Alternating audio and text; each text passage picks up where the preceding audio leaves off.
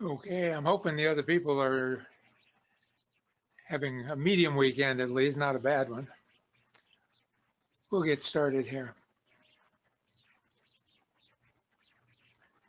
Okay, first thing I want to do is, and we've done this in some of my other classes already this semester, so if you're in 2 of my classes or 3 of my classes, then you've already done this. But open up a file explorer on your desktop if you're Windows. Now, if you're Mac or Linux, you'll have to accommodate this in some other way. And up at the top where it says View, click the View button.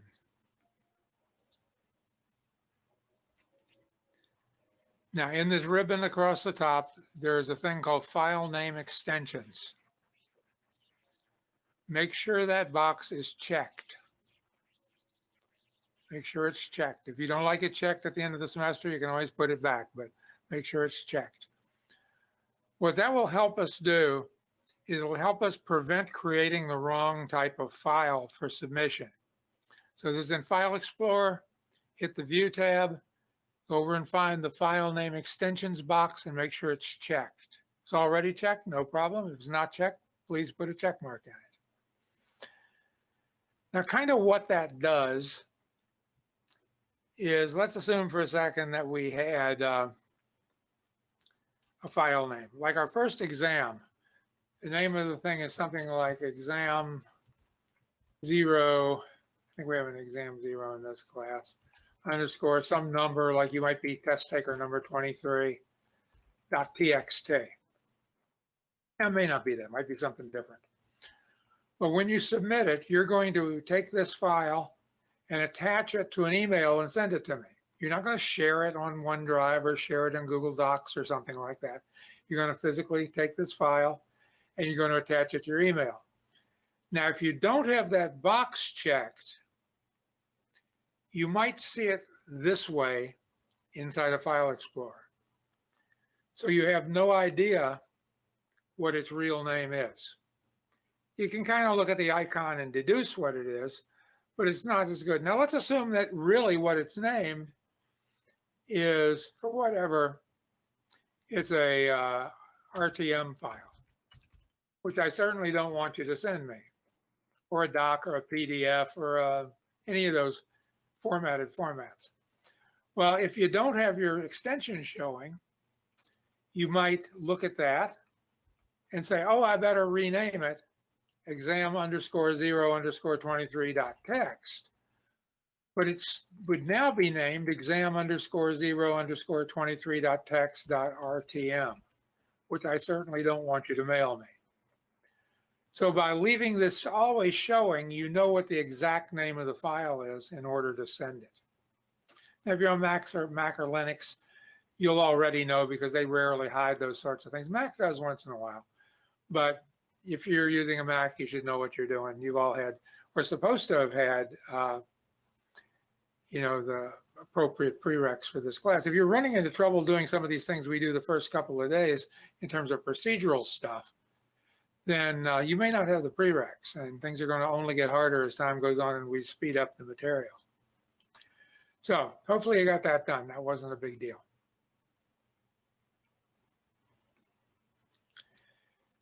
Okay, what I want to do, first of all, is I want to do a little bit review of ASCII and some of the encodings. One of the reasons for us knowing ASCII is not that we're going to be using it on our regular computers, the machine you're sitting on now, but ASCII is the primary language we use when communicating between microcontrollers, if we're going to be communicating, strings.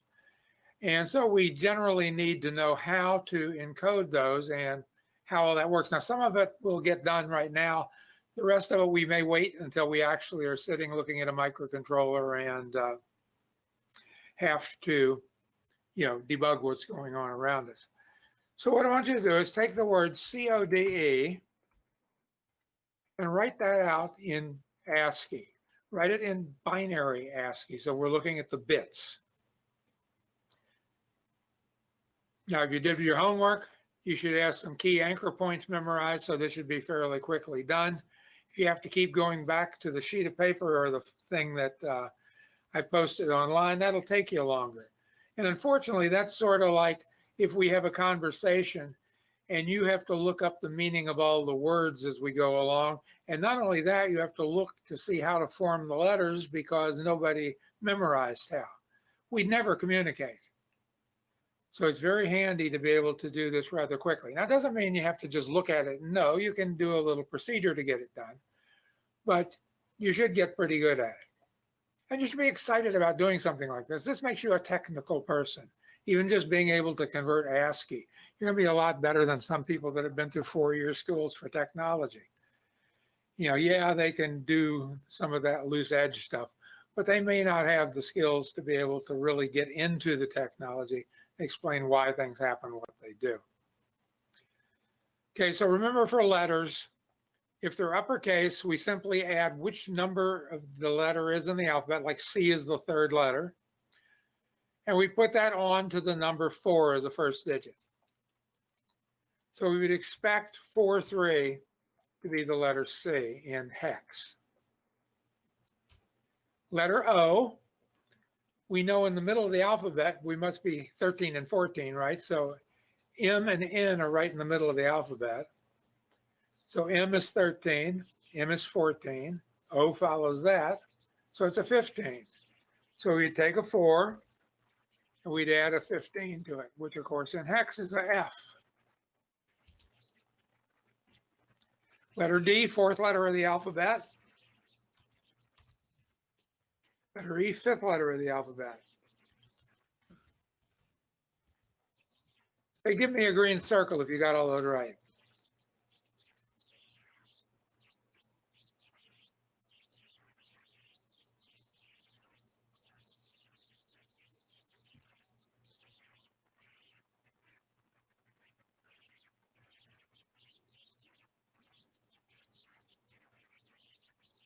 This is all basic first principle stuff. This is not hard.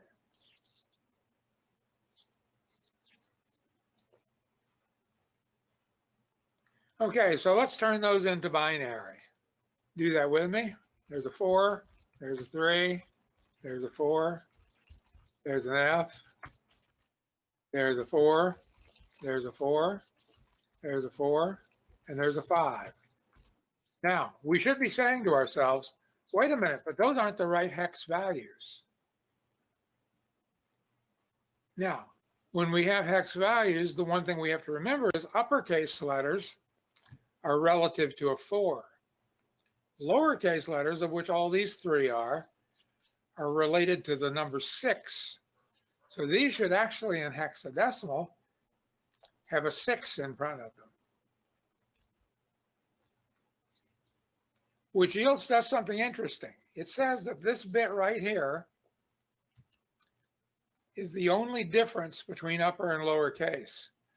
So if we were writing a program in a language and we wanted to turn uppercase letters into lowercase letters, all we'd have to do is ensure that that bit turned on, and then the same letter that was uppercase would suddenly become lowercase. That's an important rule to keep in your head. Remember where that bit sits among the numbers. Now we have these, the ASCII is only the last 7 characters. We wrote it as 8 because we're writing it in nibbles and we need 8 characters or multiples of 4 in order to do that. But let's write this instead in odd parity. So change these so that they are odd parity. Go ahead and do that. And when you're done, give me the green circle.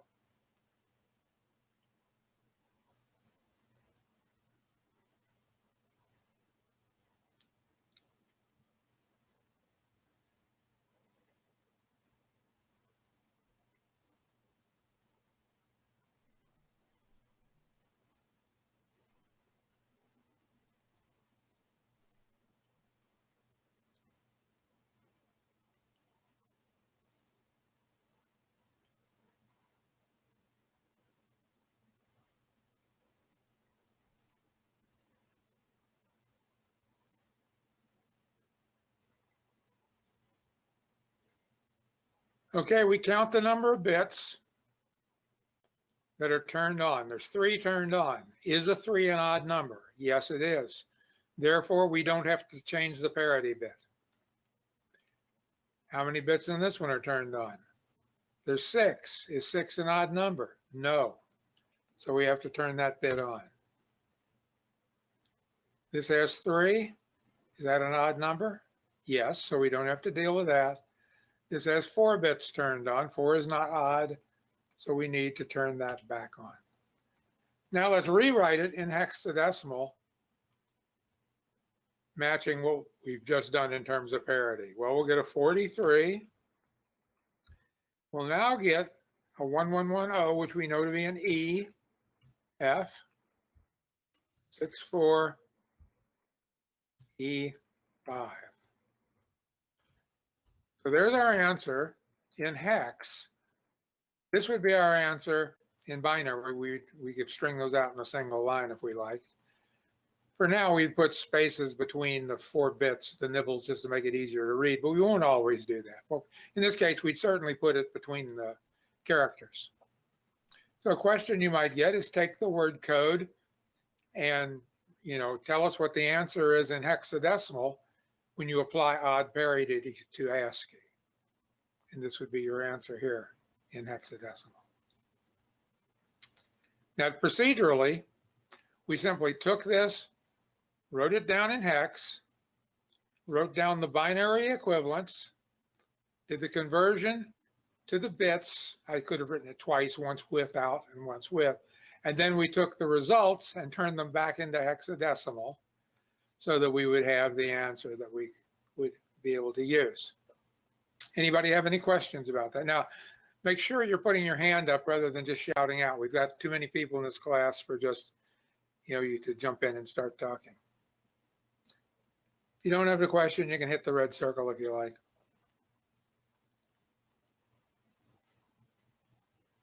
Okay, let's do another one.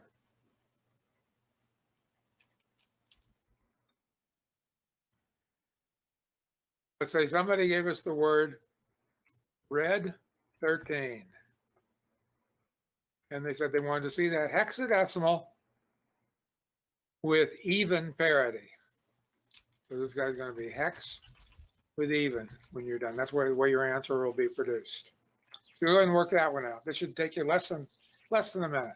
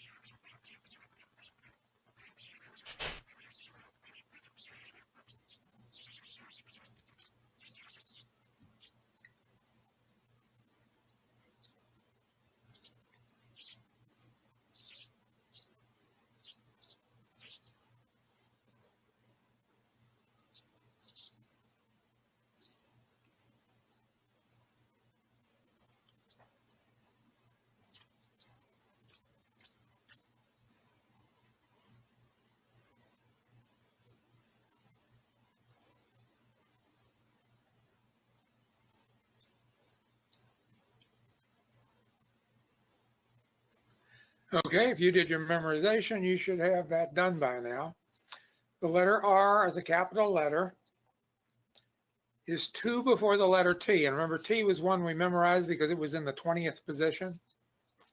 So that means the letter R is an 18, which in hexadecimal is a 1, 2, or it's 16 plus 2. We add that to a 40, we get 5, 2. So R is 5, 2. The E is a 6, 5. The D is a 6, 4. The 1 is a 3, 1. 3 is a 3, 3.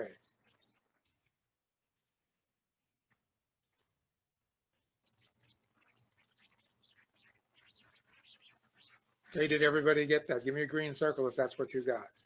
And hopefully you didn't have to look at the charts.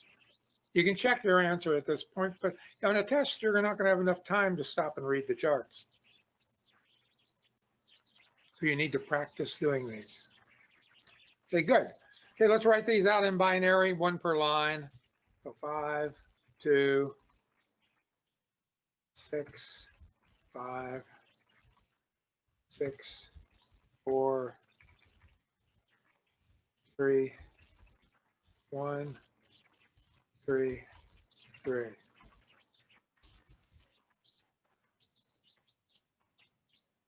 Check my numbers too, because remember I'm doing it at the same time you are, and I can make typos.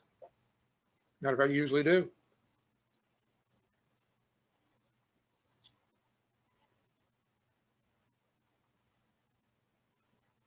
Here we're doing even parity, so we're going to add a 1 on the left if we have an odd number of bits. 1, 2, 3, that's odd. We need one more to make it even. 1, 2, 3, 4, that's already even. 1, 2, 3, needs one more to be even. 1, 2, 3, one more to be even. 4, it's already okay. So let's write these out in hexadecimal again. We have a D. Oops, what is it there? We have a D. We have a 2. We have a 6. We have a 5. We have an E. We have a 4. We have a B. We have a 1. We have a 3 and a 3. Somebody check my work, make sure I got the right answer. And if you got the right answer, give us a green circle.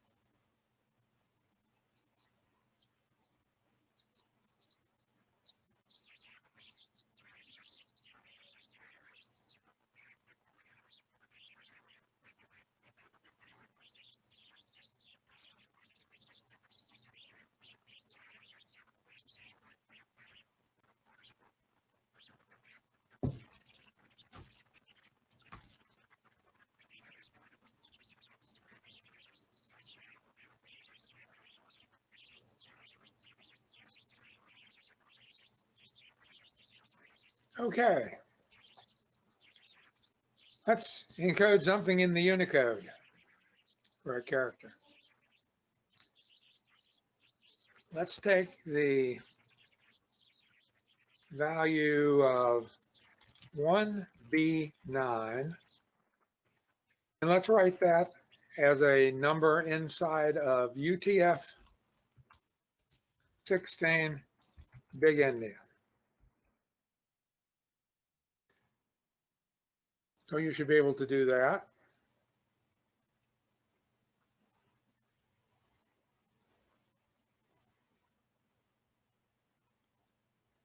And once you've done that, do UTF-16 little endian.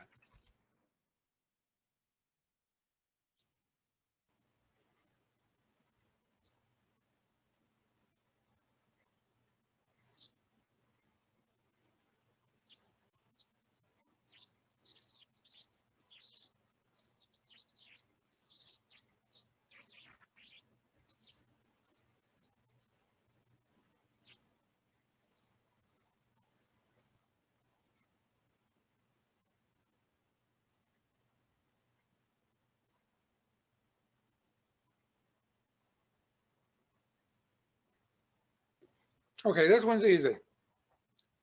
How many bits we have? Well, if you don't just obviously see it, we can put them out. There's a 1, there's a B, there's a 9.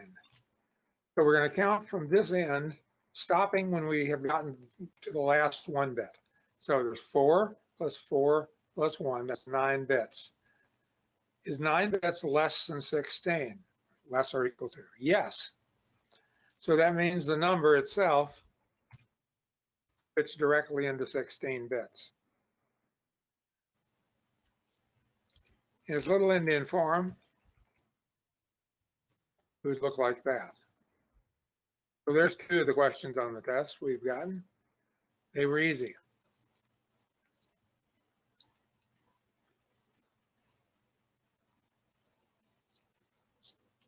Okay, let's write the same thing in UTF-8. Remember, it does not have big or little endian.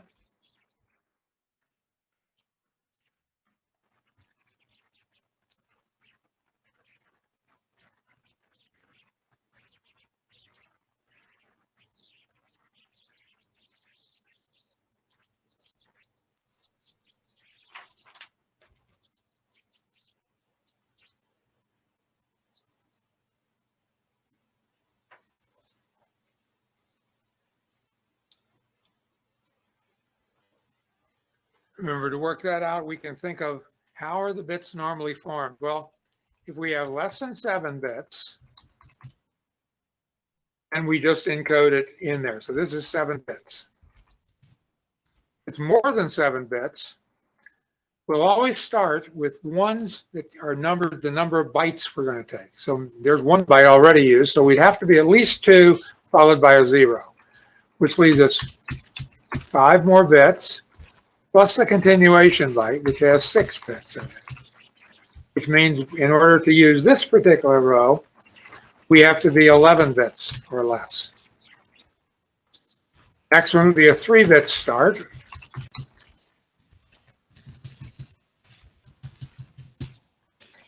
So in this case, we have 6 plus 6, which is 12, plus 4. I'm sorry, yeah, 12 plus 4, which is 16 bits. This should have been 11 here. I typed it wrong. 16 bits. Well, we need 16 bits, right? Because this guy, when we looked at him a while ago, we said he has 16 bits in use. Okay, we know he's going to work. Remember, there's one more here we could use, which is 4 bytes.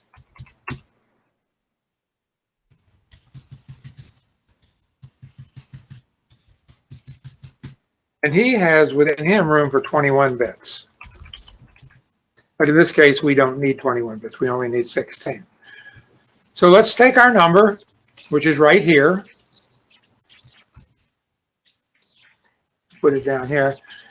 We're going to put it into this guy that's 16 bits long. So the last byte is going to get these 6 bits right here. So the last byte starts out 10 and has those 6 bits.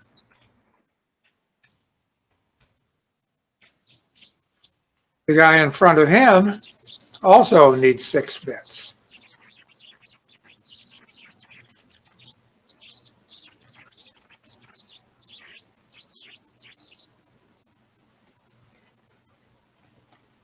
Which would be the remainder of these. And we go, well, wait a second.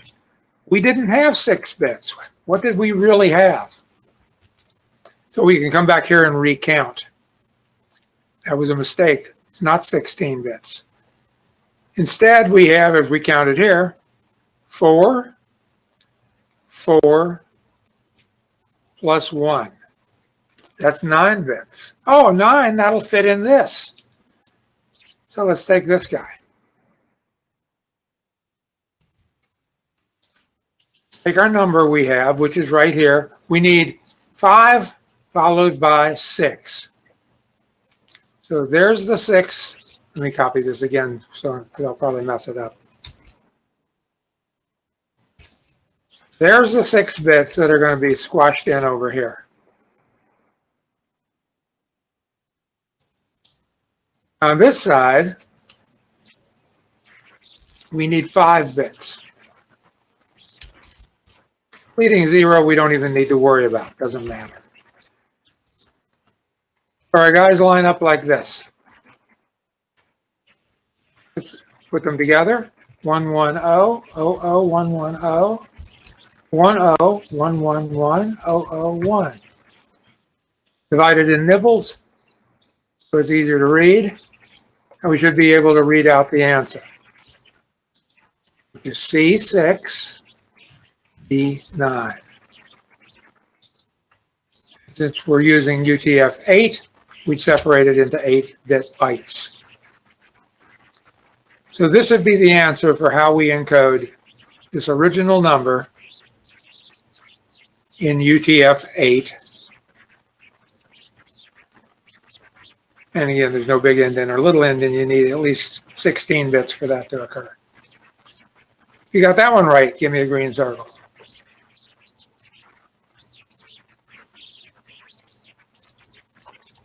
The trick there, of course, is make sure you only count the 1 bits. If we count the 0, this bit as being a 1, which is 4 bits long, we still only have 12 bits, but 12 bits won't fit inside the 11. By looking at what the last bit is that's turned on to the left, we can say, well, that's really only, 8 and 1 is only 9 bits long. 9 bits won't fit in 7, but they'll fit in 11.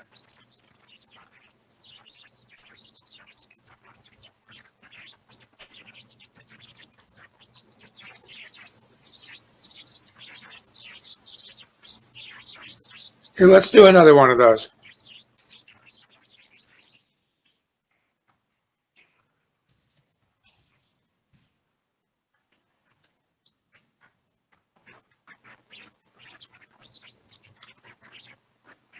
Okay, count them. This is in hex. This is the character's code point. Each of these things that we've been encoding is called a code point. We want to encode this.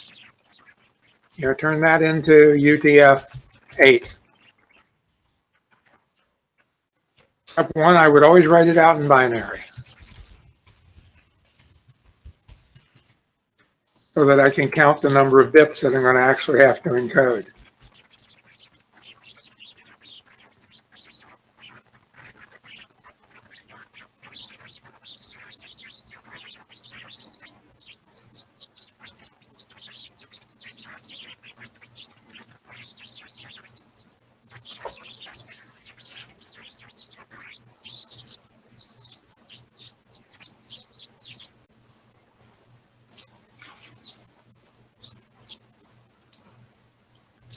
Okay, we need 4, 8, 12, 13, 14, 15. So there's 15 bits we need. Won't fit in 11, will fit in 16. So it's this guy right here we're going to have to dress out.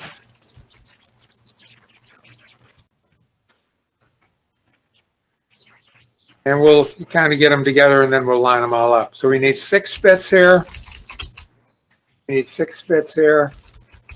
We need 4 bits here. So the 4 line up there, 6 line up here.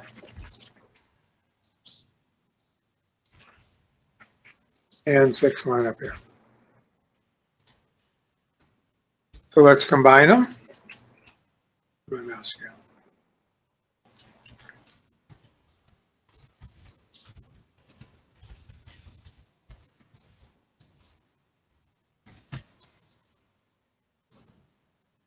Break that into nibbles.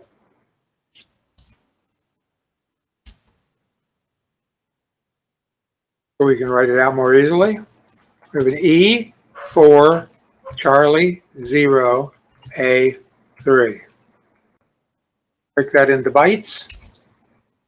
And that's the UTF-8 answer for that problem.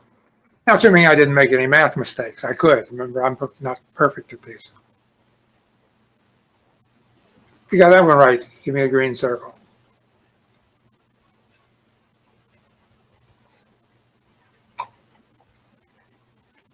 Yeah, I didn't think you'd have much trouble with these. You shouldn't.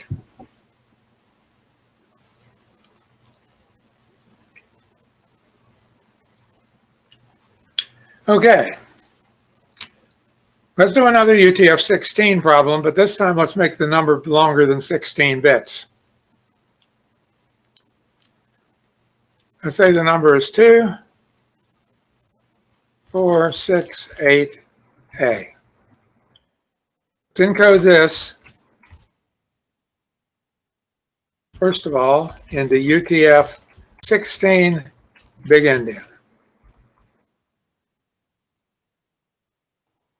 So think through the process steps you need to do.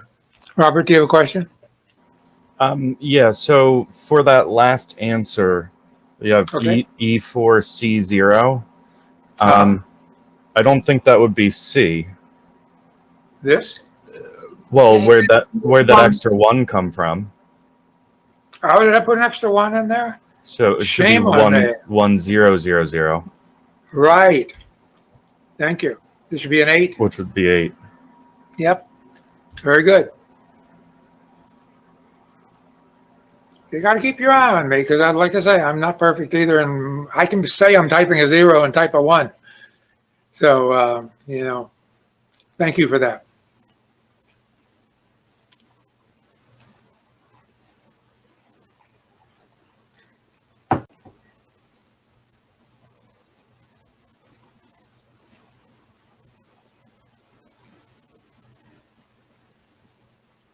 Is it clear this is going to need a surrogate pair? We're trying to put more than 16 bits into 16 bits. So that means we're going to have to use 2 16-bit words to describe the answer. Give me a green circle if you know what step 1 is.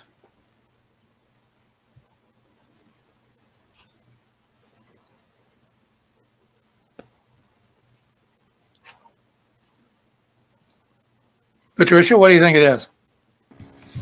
You need to subtract what looks to be 10,000 to 2468A.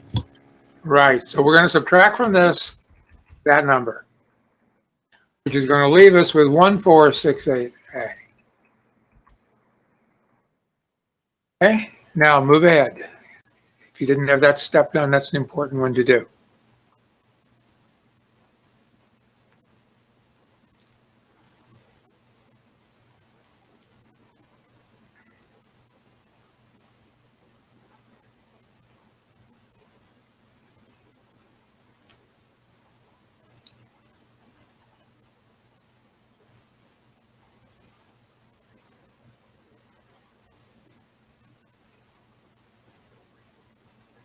Okay, next step, I would say probably the easiest step is to write that in binary.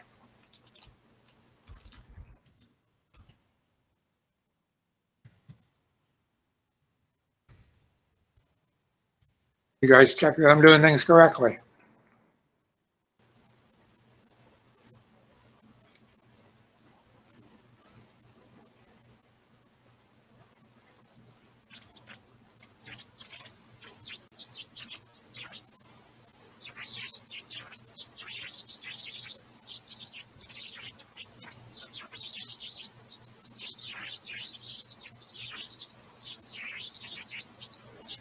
Okay, now the next piece we're going to do is break it into two 10-bit entities.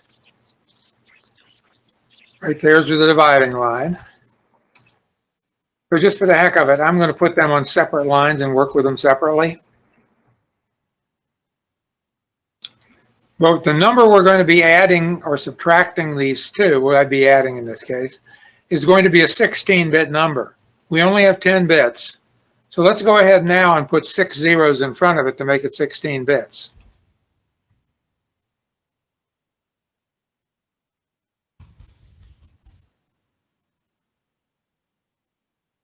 And let's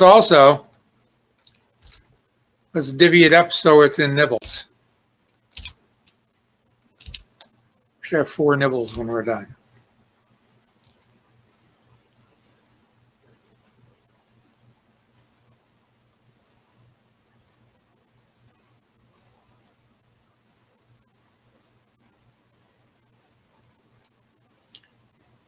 Now, when we're comfortable with hex arithmetic, we can just convert this to hex and do the addition there, but we might as well do it here in binary. This guy is going to get added to D800. So we should be able to write D800.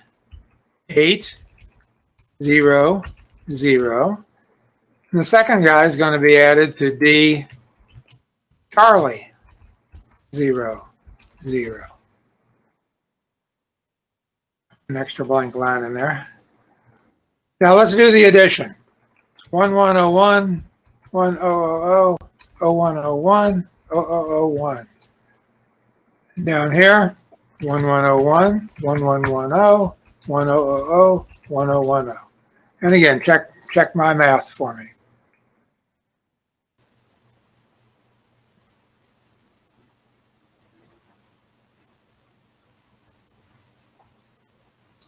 So the highest surrogate value is going to be D851. The low surrogate is going to be DE8A. Again, check my math. So the answer will be these two 16-bit entities written next to each other with a space between them.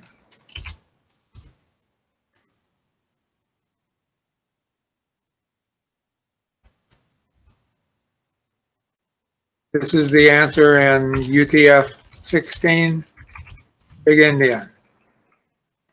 Let's also write the answer in UTF-16, Little Indian. The only thing we're going to change is we're going to change the ordering of the bytes inside of each word. So it's 51D8, 8ADE.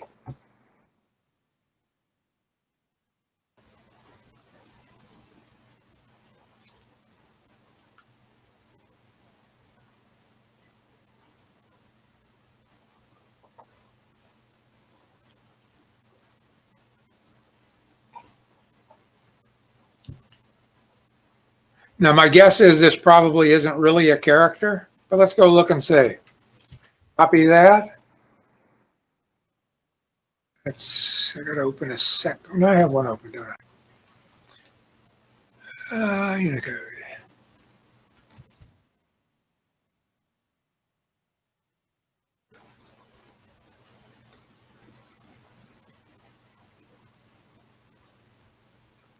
Okay, now this is a Chinese, Japanese, or Korean character. And what did we say our number was? It was 2468A.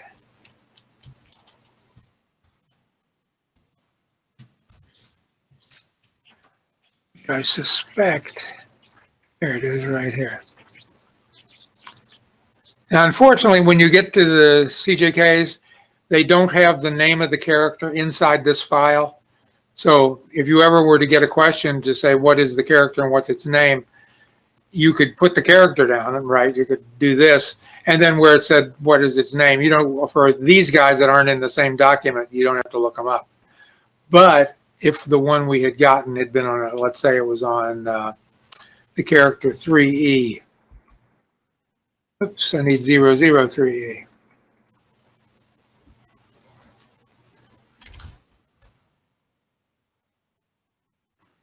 I look up 3E in here. And I look the second time for it. There's, if you look at the top, there's two entries. The second one will take me to its name, which is right here, which is a greater than sign. So you just copy this and paste it between the angle brackets on your test.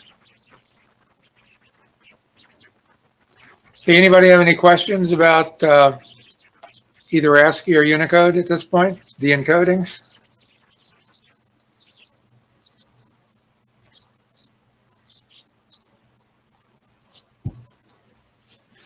Okay, let us move ahead.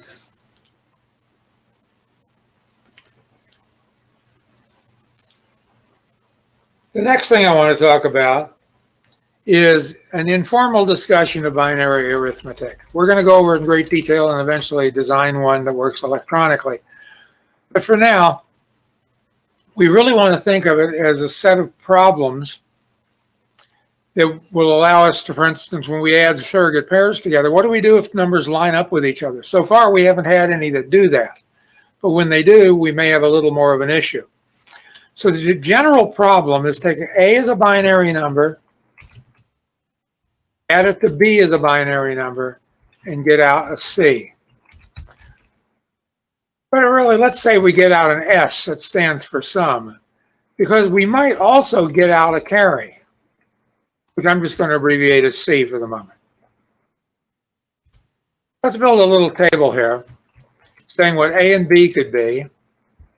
If we had A and B, what their sum would be, and what carry would be under those circumstances. Now, we wanted to know how many rows are in the table. These are the inputs. These are the outputs. We count the number of inputs we have, and we take 2 to that power. So 2 raised to the second power means there's going to be 4 possible lines in this truth table. First line will be 0, 0. Second line will be 0 and a 1. Third line will be 1 and a 0. Fourth line will be a 1 and a 1. And there can't be anything else because we've used up all of the 1 and 0 combinations. Later on, we'll use this with logic, and these things will turn into things called truth tables. For now, we're just representing the possibilities. 0 plus 0 has a sum of 0. 0 plus 1 has a sum of 1. 1 plus 0 has a sum of 1. And all of these have no carry. However, this guy, 1 plus 1 is equal to 2. 2 ends in a 0 because it's the second bit over and has a carry bit of 1. But we need to be able to represent the number in a single position. So we would simply represent the sum of a number, which added up like that, as being a 0. And somehow we'd indicate that a carry was either being dropped, lost, or was being carried to the next position. Formally, later on, we will determine that this table right here is something called a half adder. We don't need much noting about that. It's just later on when we plug it back in again, you go, oh yeah, I saw one of those once. And it will make sense to you. Now, if we took a single column of numbers like this, I'm going to take 0, 1, and I'm going to add it to a 1 and a 1. This is an addition problem. Here's that line we would draw underneath an addition problem. We're asked what the sum is of these two numbers in binary when we add them up. Well, we come to our table and we see that 1 plus 1 is equal to 0. So we write a 0 down here, and we have carry the 1. Well, we don't have anywhere to put the 1 because we only have 2-bit inputs, and we've already used up 2 bits. So we can't finish this problem using a half adder.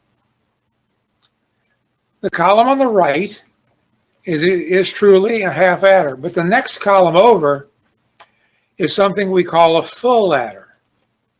It has 3 inputs.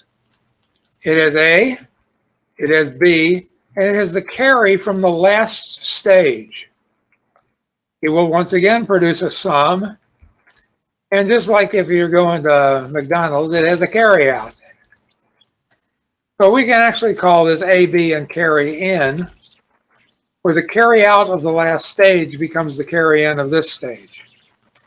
These are the inputs. These are the outputs. So raise your hand if you could tell me how many lines are going to be in this table. It's going to be 2 to the 5th, 2 to the 4th, 2 to the 3rd, 2 squared.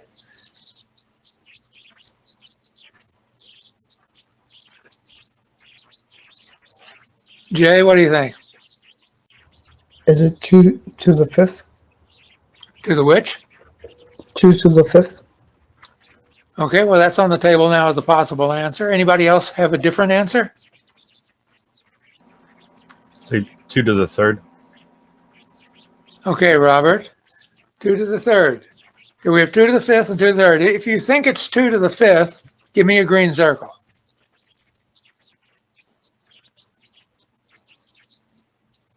Well, whoever turned that in as an answer better give me a green circle.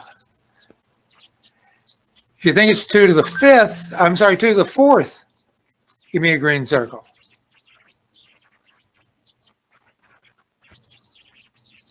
If you think it's 2 to the 3rd, give me a green circle. And if it's 2 squared, give me a green circle. You can knock off the one you got there if you don't think it's it. Hey, Frank, you got your hand up still? Yeah, I was just going to say, I think it's 2 square. Okay, that would be 2 to the 2. Okay, most people voted for 2 to the 3rd. So here's the thing. These are the inputs. If I list all the inputs that I could have,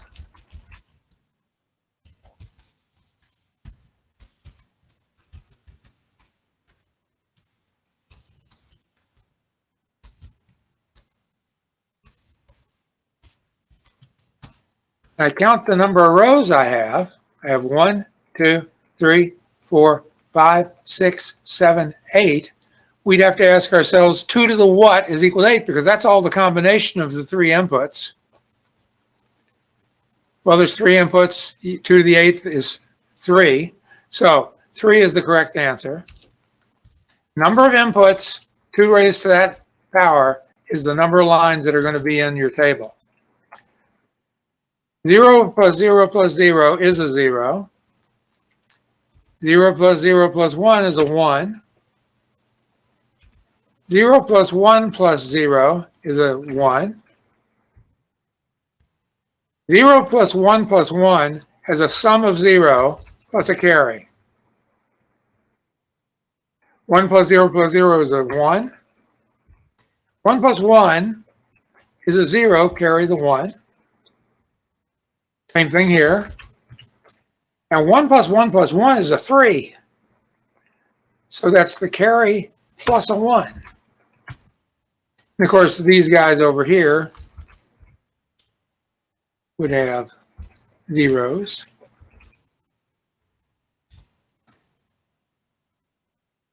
And he's got a 0.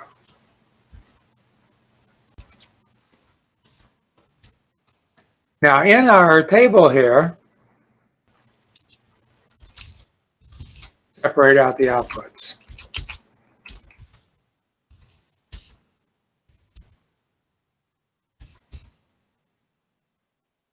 Okay, let's look at these a little differently. Let's look at this is the first digit, that is the second digit. I'm going to rewrite them. We wouldn't normally do this, but just for an exercise, be 0, 0, 0, 1, 0, 1, 1, 0, 0, 1. The last three are all 1. Well, that's 2 here, 1, 0, and then finally 1, 1. What are these values in decimal? This is a 0. This is a 1. This is a 1. This is a 2. This is a 1. It's a 2. 2.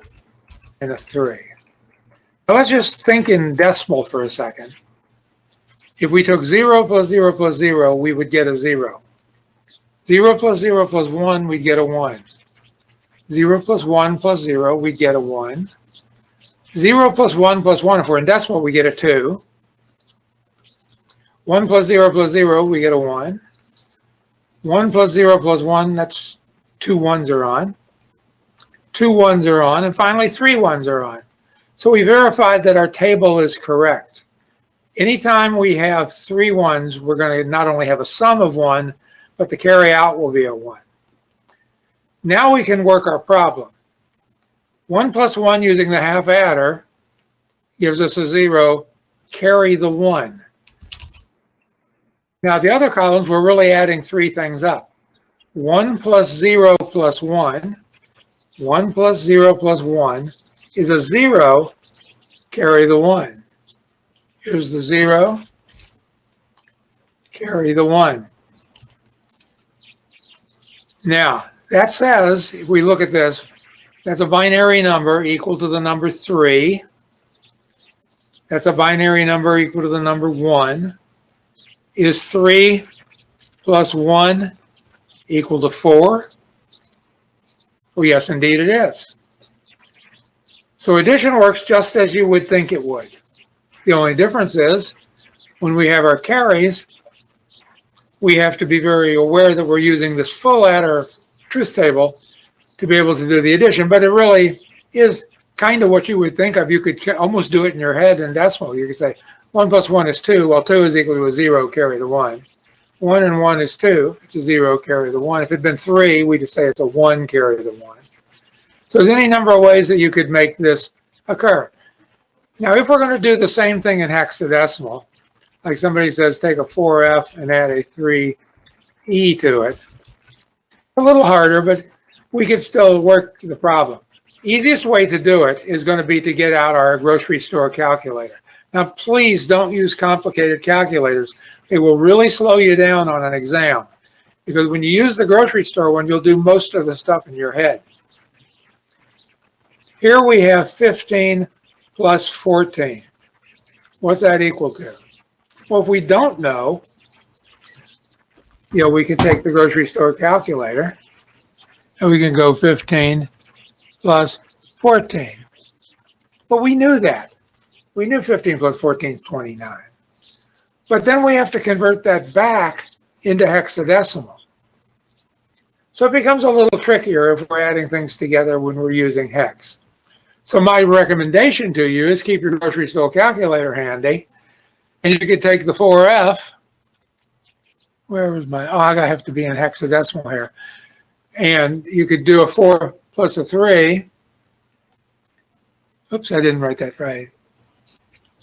Where's my clear? See, I don't use this machine very often. Let's do that. We had 4 plus 3 gave us a 28. Oh, I wasn't paying attention. We have 15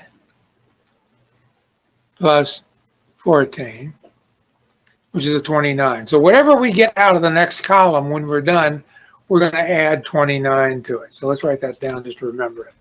It's going to be plus 29. Now we have 4 plus 3, which we can do in our head, which is 7 times 16, because it's the second position over. 7 times 16 is equal to 112 plus that 100 plus the 29 we had,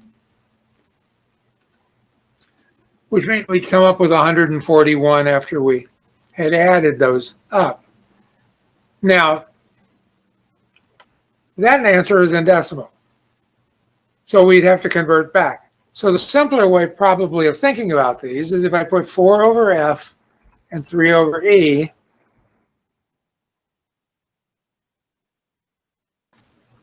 F plus 14 is going to give us that number 29. Well, what is 29 in hexadecimal? It's bigger than 16, but it's less than 32, right? So 16 plus what is equal to 29? If we didn't know, we could come over here and go to 19 minus 16. We see it's 13 bigger. So really 29 being 13 bigger than 16 in hex must be a 1D. So when we're done with this column, that means there's a D here, carry the 1. Now we have a 1 plus a 4 plus a 3, which would be an 8. Now, usually it's faster just to throw it into binary and do the addition, but for simple problems, this could be a handy thing. For example, when we're doing ASCII, and somebody gave you, for example, the letter Z, you know you have to add to the value 40 the number 26 in hex. Well, what is 26 in hex? It's a 16 plus 10, which means 5A is going to be the letter Z in ASCII. Now, next thing we want to worry about is somebody comes along and they give us a binary number or even a hex number, and they say, let's take the number 23 in hex and subtract from it the number 14. So we write it out in binary. We write it out. And now we need to do subtraction. So what subtraction is going to have to do for us is we're going to have a way of indicating that a number is negative. Because if I simply subtract these numbers right now, I mean, I could do that by just brute force, but using a smart way of doing it, the number I finished with would still be a number which was a positive number. And in this case, it is going to be positive, but it may or may not be the right answer, particularly if I made the second number bigger than the first. So what we need to do is we need some way of representing numbers to make them negative. Well, one of the things people sometimes come up with is, why don't we just set the first bit equal to 1? And then we could say that's a minus 1, or minus 0. That's a minus 1. That's a minus 2. That's a minus 3. That's a minus 4, and so forth. The trouble with this method is it doesn't play nice with the way addition and subtraction work. So what we need is we need something a little smarter. And it turns out what is smarter is something called 2's complement arithmetic. And 2's complement simply is very much like in decimal some of the properties that the number 9 has in terms of being a number with which, if you ever get into mathematics a lot, we'll find out is somewhat a magic number in the decimal system. And it is just because it's 1 less than the main base of the number. Same thing's going to be true here with the numbers 1 and 0. And the complement of the number is going to be gotten by doing a process. And the process is very simple. First of all, we're going to do something called the ones complement. Then we're going to add 1. So a 2's complement consists of these 2 steps. Do a 1's complement, and then add 1 to the number you have. So let's take a binary number.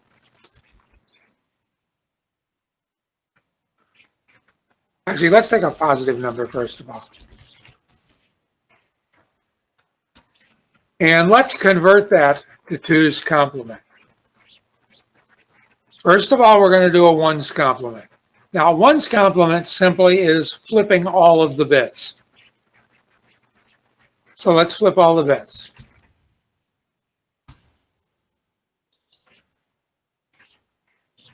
Now to that, we're going to add the number 1. Let me push these over 1 position and leave some room in here for our carries. Let's add the number 1.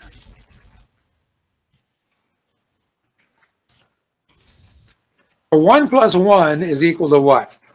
Well, it's 0.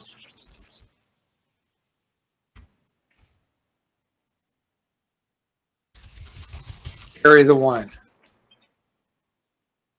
So 1 plus 0 is equal to 1. Carry of 0. I'm not going to write that. 1 plus 0 is equal to 1. 0 plus 0 is equal to 0.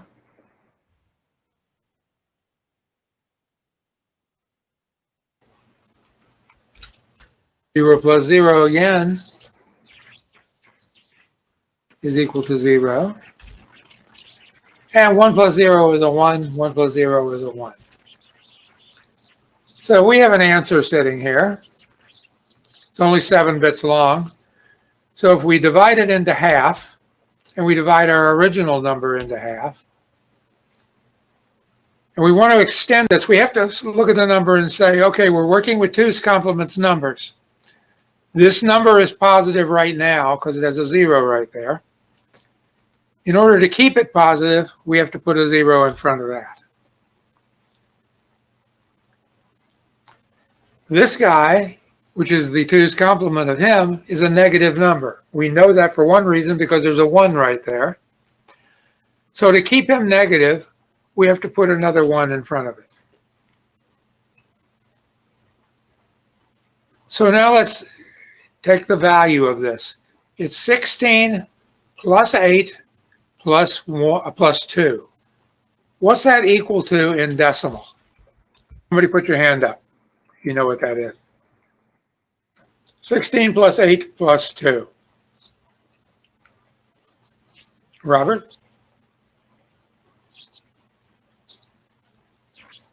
Robert, what do you say it is? 26. Okay, so decimal number 26. It's 16 plus 8, which is 24, plus 2 more makes 26. Which means the number down here, because we followed our process, is a minus 26. Okay, let's do another one.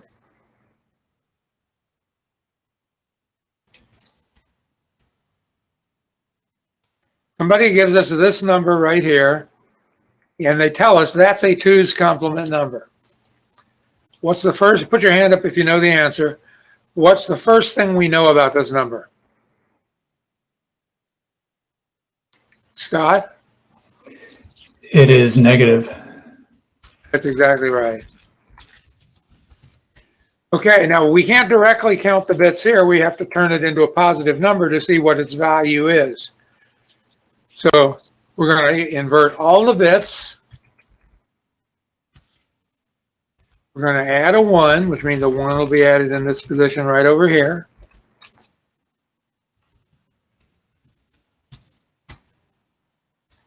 Now we need to turn that into decimal so we can see its value. Well, it's really 4 times 16 plus 15. 4 times 16 is 64. Plus 15 is equal to, put your hand up if you know the answer to that.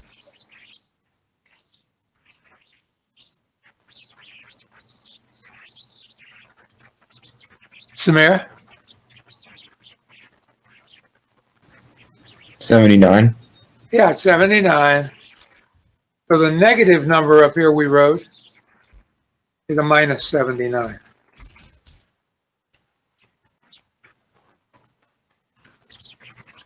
Okay, any questions about converting that? Let me give you one to convert and see if you can.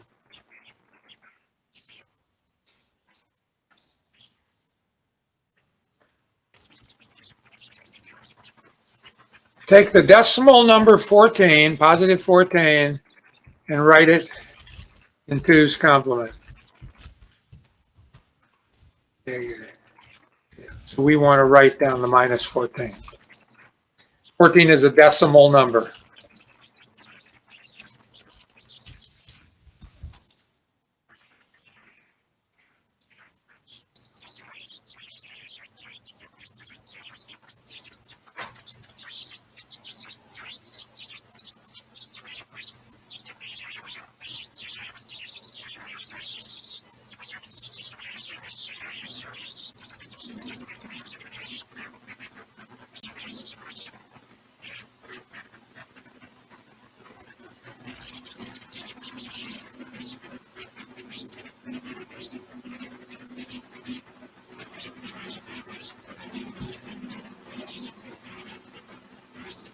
Okay, so let's first of all write it in hexadecimal.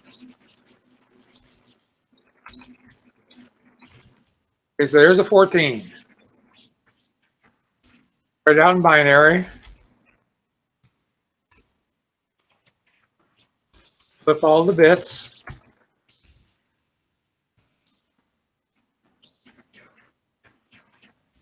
Add 1.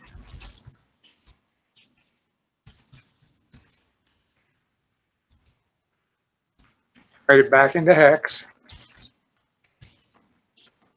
And if I didn't make any math mistakes, the number we just wrote is minus 14 in hexadecimal.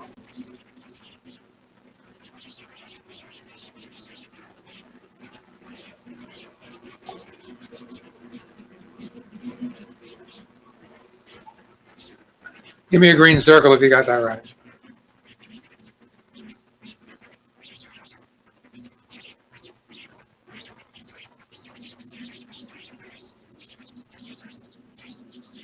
Okay, excellent. You guys are good. I hope you all are having fun. This is a lot of fun stuff if you're really a technical person. Okay, now, that's one way of doing the 2's complement. Many years ago, I had a student whose name was Eric Coakley. I'll write his name down because he's very smart.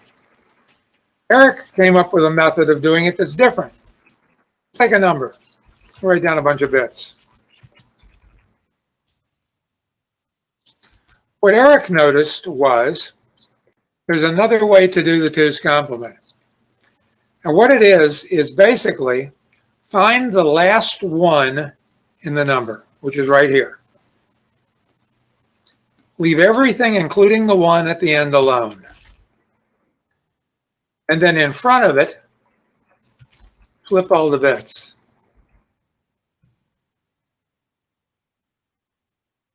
This answer will be the 2's complement of that number. We call it the Coakley method. So if I talk about the Coakley method or I do it, that's what I'm doing. Now let's kind of check it with this number we did here. We had 00001110. He says find the last one and leave it alone, and the thing after it, leave it alone. Flip all the other bits. And we should get the answer we got.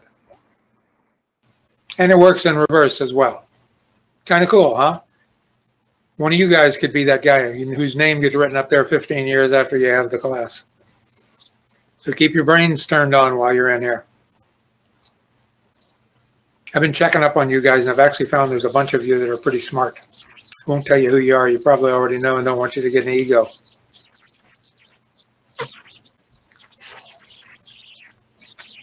Okay, any questions about the 2's complement and how you'd proceed doing it?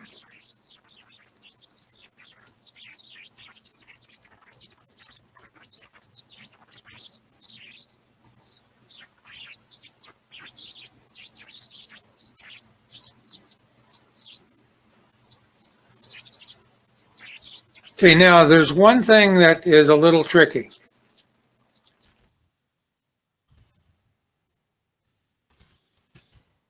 Oops.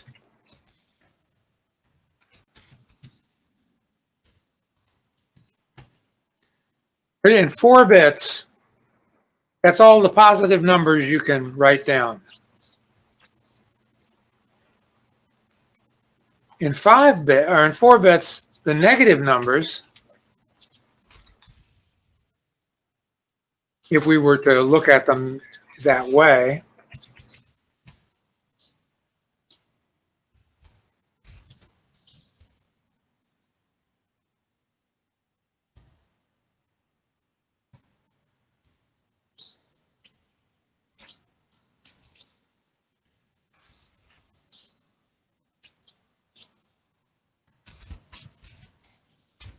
you guys check my math here, I'm just doing them in my head.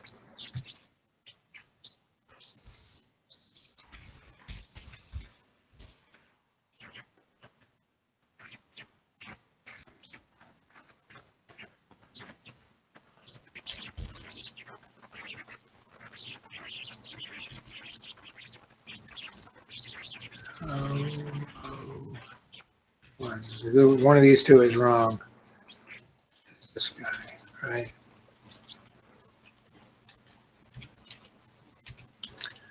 Okay, did I get them right? Somebody check me there. We could use the Coakley method real quick. Look at the last one, and everything from there to the end should be the same. So this one's no, this one's right. Yeah. 101. And then the other should be flipped.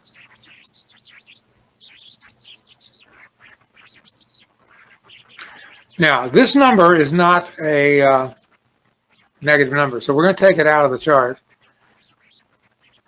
But that leaves us with one number we didn't write down. So let's first of all, let's take the number 0 and take the 2's complement of it. In 4 bits, flip all the bits, add 1. So 1 and 1 is 0, carry the 1. 1 and 1 is 0, carry the 1. 1 and 1 is 0, carry the 1. 1 and 1 is 0, carry the 1. But since we're stuck with 4 bits, we'll have 4 zeros. So 4 zeros, when you take the 2's complement, retain 0. That's reasonable that 0 is equal to 0. And that -1 is equal to 1. -2 is equal to 2, -3, etc. Until we get to -7 is equal to 7. But if you look here, we're missing a bit combination. In 4 bits, we still have 1, 0, 0, 0 that we didn't write down. What's going to happen when we take the 2's complement of that? Let's try it. Flip all the bits. Oops, some flipping I did there. And add 1.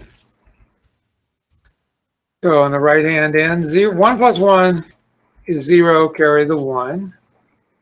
1 plus 1 is 0, carry the 1. 1 plus 1 is 0, carry the 1. And 1 plus 0 is 1. So the number that starts with a 1 and ends with all zeros turns itself back into itself. So this is a valid negative number because it's -8, and it has no equivalent positive value.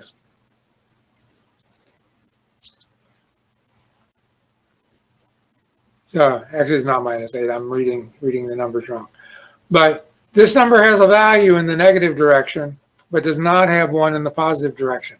You'll see that very often. Sometimes you'll see something that says a particular number can store values from 0 up to 127 and from 0 down to -128.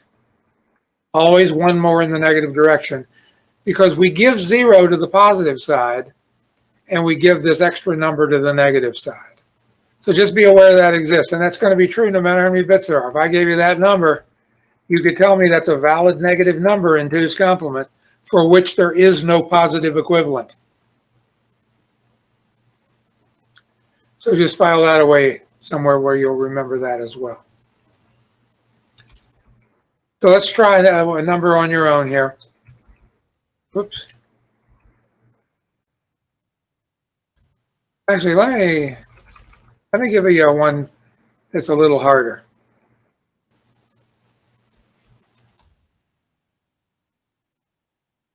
You take that number and give me the 2's complement. First of all, tell me what its decimal value is so we'll know what the negative number is equivalent to.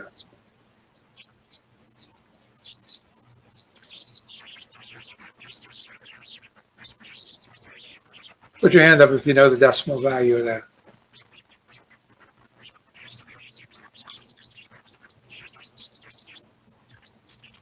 Andrew, what do you think it is? 13. Right, decimal is a 13, hexadecimal is a D. So since we have more bits than just the 1, we'll have a D. Now, somebody might ask you, if it's a D, why don't you just write the number down like that? And why wouldn't we?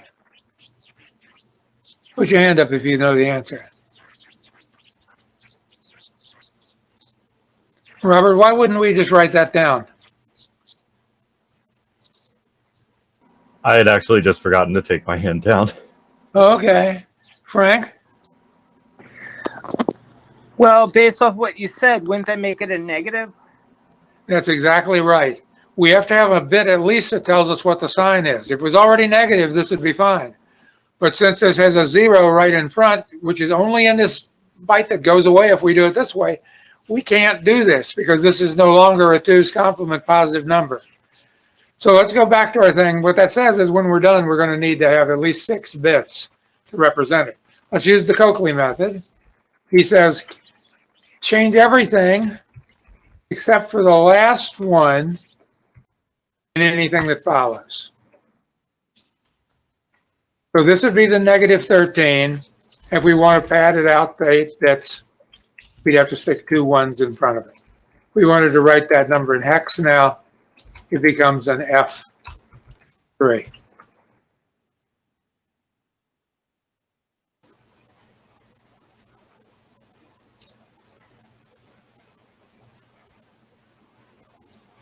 Okay, one other thing I want to take a brief talk about is what happens if you want to represent the number 1/2 in binary or in hex.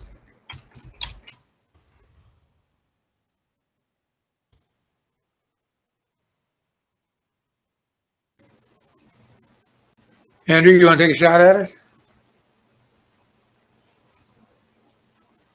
No, I forgot to put my hand down. Sorry. Oh, okay.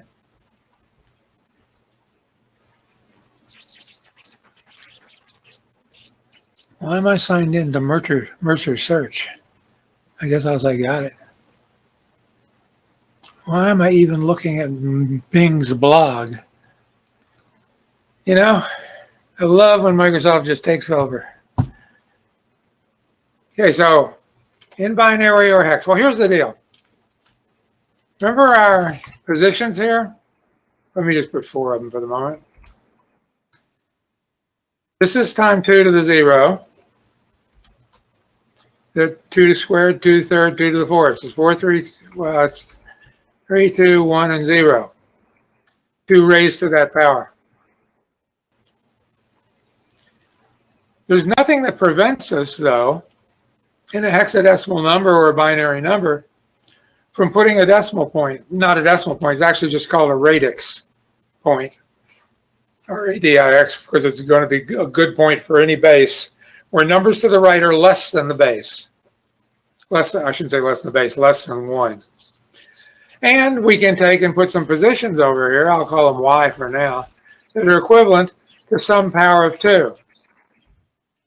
If I write down the number 2 raised to the -2 power, how can I write that -2 power as a positive number? Who paid attention in math class? Robert? It's going to be 1/2. Right, it says invert this guy. 2/1 gets inverted to -1/2.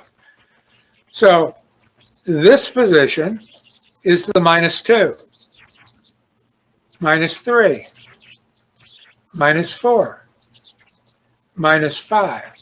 Well, -2 means that's 1/2, 1/4, 1/8, 1/16.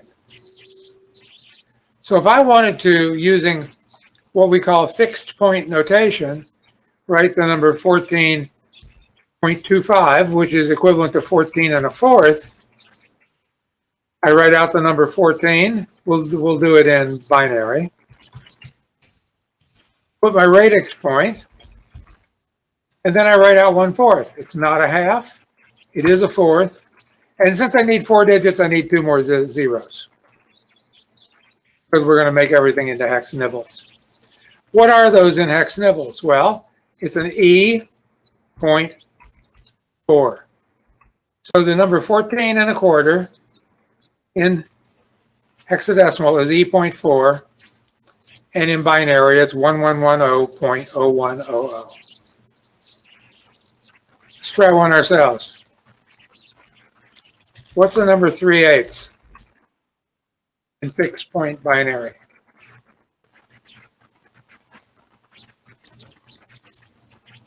Take a shot at it. When you know, put your hand up.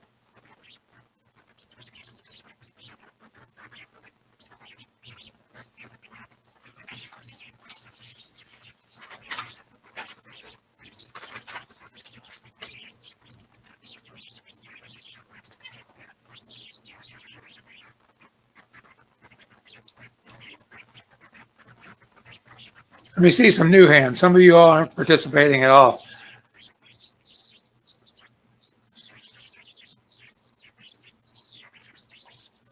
Not that I dislike looking at these people's hands. They've been quite fine, but we need to see everybody in here participating.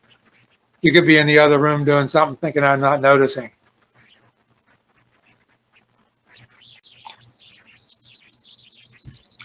Mohammed, what do you say? Is it 0011.1000? 00, what'd you say? 11.1000. Okay, that number, who wants to tell me what that number actually is?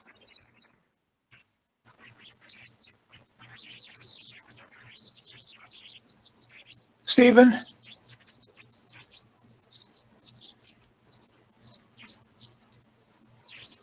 What would this number be in decimal?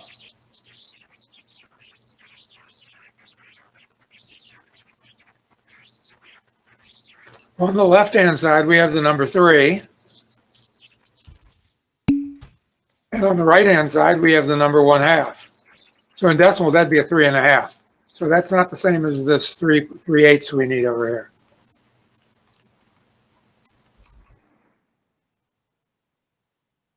Frank? Is it 11.011? 0.11? Is that the number you said? No, well, 0011.011. Okay, that would be equal to 3, 1/4 and 1/8, and 3/8. We need the number 3/8.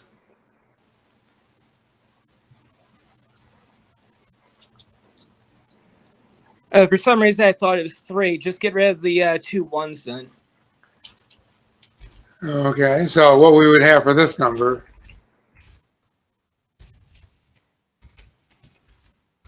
and that number, the last number we wrote, is equal to 3/8.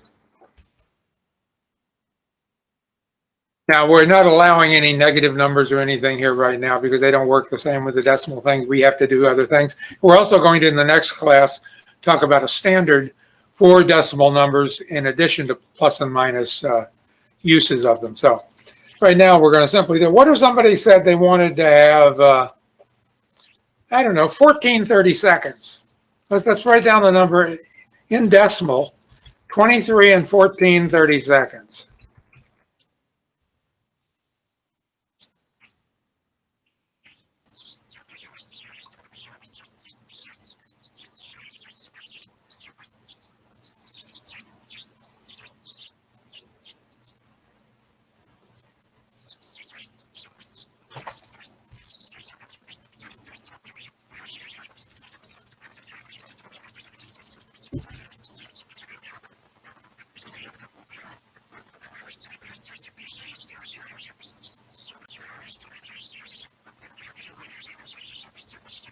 Put your hand up when you know the answer.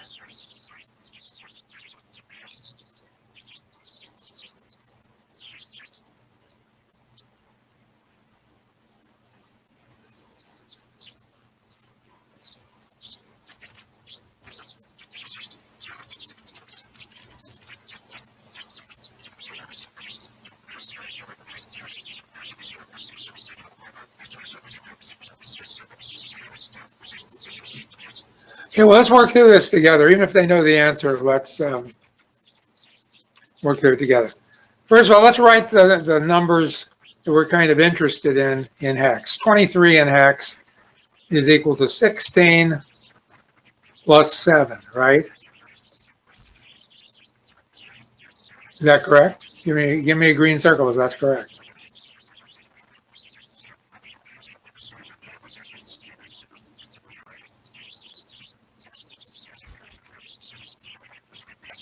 In 14 30-seconds, well, 14 is a E, and 32 is, well, we have to think of that in terms of a fractional part. So let's do that in an easy way. First of all, we got the whole number solved. It's a 17, so it's 16 plus 1. So we know the first part of the number in binary looks like that. Point. Now we need 30 seconds. 2, 4, so it's half, quarter, 8, 16, 32. Now, would you agree that if I had 1 30-second, it would look like that?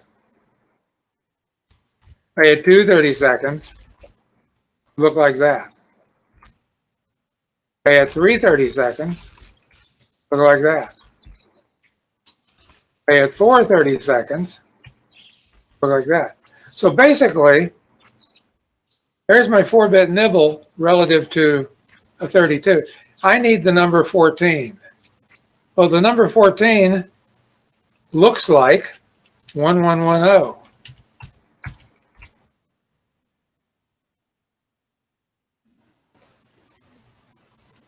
So giving me some zeros on the end to make that be a multiple of 4.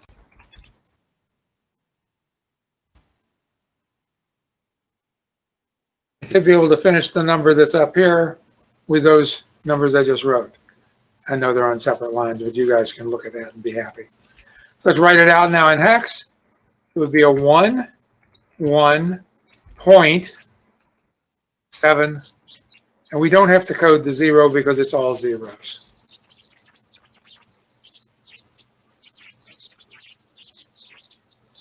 If you wanted to, it wouldn't be bad, but it probably would be better to leave it like that.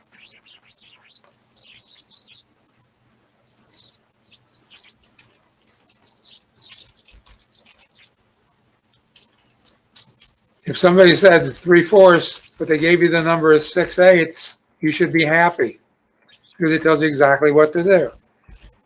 If we have halves, quarters, eighths, 16ths, there are no 16ths. How many eighths? There's 6 of them. Well, if we have 6, we know what the number looks like 6. It's going to be 0.110, which is the same as 3/4. We know 3/4, it's 1/4 plus a half. So those would be good practice. Just challenge yourself a little on doing those. We're going to need those for the IEEE 754 standard. And being able to do them just simply like this should be something you want to make an effort at doing. Okay, any questions about anything we've done in the last few minutes?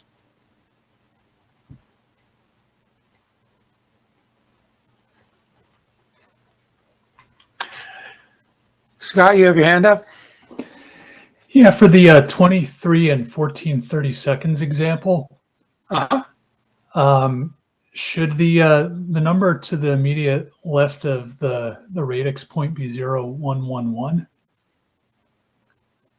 Well, we have 14 30 seconds. 30 seconds are here. Sorry, to the left. Yeah, I'm saying that, but that's a 14 30 seconds. So there have to be a 0 in front of it because we don't have any halves. Sorry, Half of 30. the other side, the 23, I don't think we're converting. Oh, I may have left a 0 out on that. I don't know. Here's a 16 plus a 1. It doesn't sound right. What should be there? 0, 1, 1, 1. Well, what number? What are we trying to code here? 23. Well, 16 plus 7, right? Right. Okay, so we needed to code a 7 here.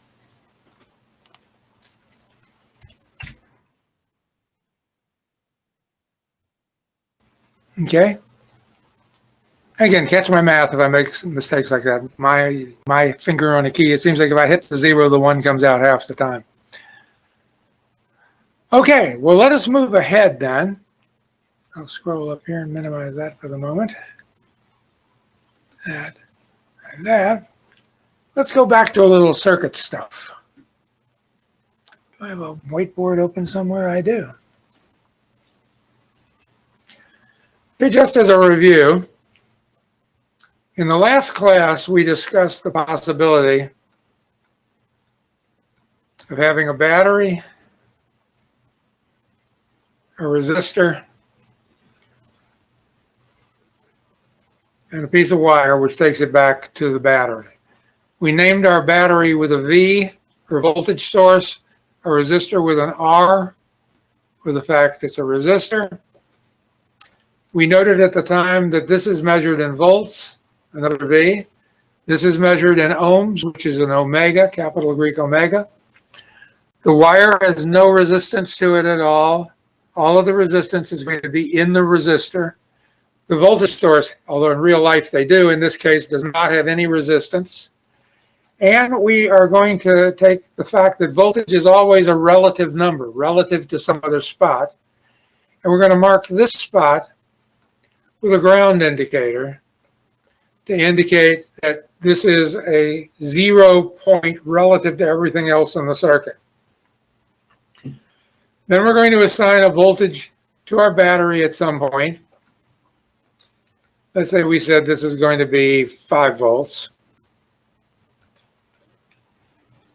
And we're going to try to determine how much current can flow through the circuit, which in this case is through this resistance, given either the resistance or the resistance value or the current value. In this case, we'll take a resistance value.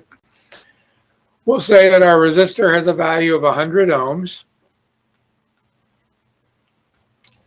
And we'll try to determine the current, which we're going to label with I for current. Yeah, I know it doesn't stand for current. And measure things in amperes over here. We said there's a law called Ohm's law, which will, in a linear way, say that voltage is equal to the resistance and the current multiplied together, where each are in their main unit form. Volts are in volts, currents are in amps, resistance is in ohms. We also determined there's a second linear formula for power, where power in watts, P for the value, W is its units, is equal to the current times the voltage. And it can be used to properly size our resistor if we're going to go to the store and buy one. We then figured out what the standard values for resistors were by going to a chart that's in our web page.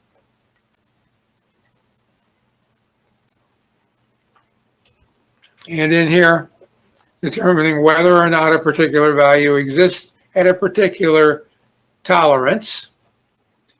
We could see that something starting with a 10, like our 100, is legit in both 5% and 10% values. We also had associated with this, we had the ability to, where's my color codes, to determine what the codes, didn't want that, what the color code of a resistor value would be. So for a 100, we have two digits, significant digits, a 1, which is brown, a black, which is 0, followed by one more 0, which is a brown, saying the brown, black, brown is the color code for our resistor, and might also have no color tolerance for 20%, silver for 10%, and gold for 5%, depending on which value we actually were going to get. Notice that the power is not mentioned anywhere on the resistor, and we have to read the packaging and make sure we don't lose track of it if we're going to need that in a particular circuit. Now, given the 100 ohms we have here and the 5 volts we have there, what I want to know is two things.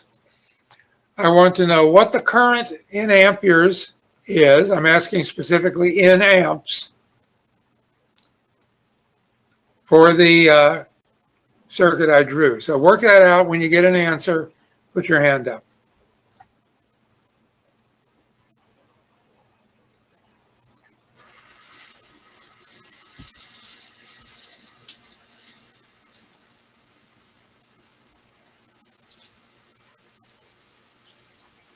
And yes, you can use your grocery store calculator. Should cost you about $1 if it's the right one.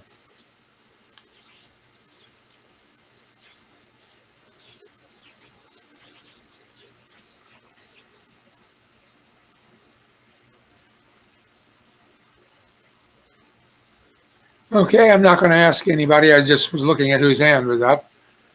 5 divided by 100, using Ohm's law here, to get the current. We pull R to the other side, divide it into V, is equal to 0.05 amps. So the answer, if you ask in amps, it would be 0.05 amps would be a sufficient answer. But more than likely, you would be asked to give me the answer using two significant digits, and then it's assumed you're going to use our class engineering notation, which calls for two significant digits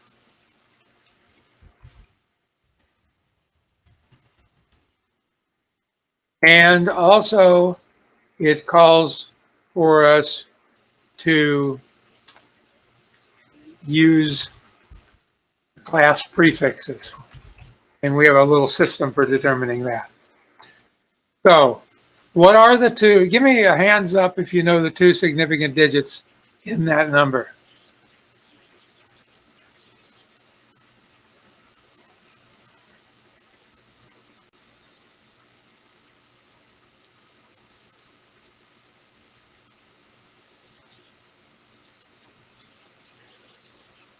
Okay, good. We write it out. We need one more 0 in order to capture our two significant digits. So there they are. Now we need to take the decimal point, to use the prefixes, and we need to shift it so that we capture the leftmost 1, 2, or 3 decimal points right to the left of it. So I'm going to move it one position in a negative direction. I'm going to look and say, yes, I've captured two of my significant digits to the left-hand side of this point. So I now have my answer. My answer is 50 something. And the something is going to be the number of places I moved in the direction I moved. So let's go find that table.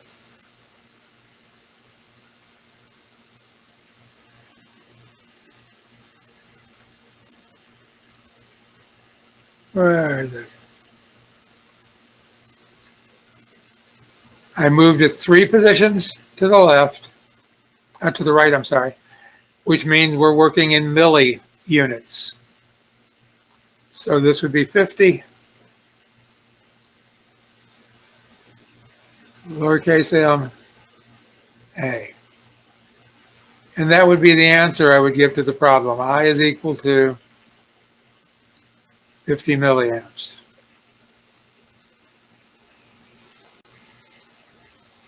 Okay, let's change the numbers around a little bit.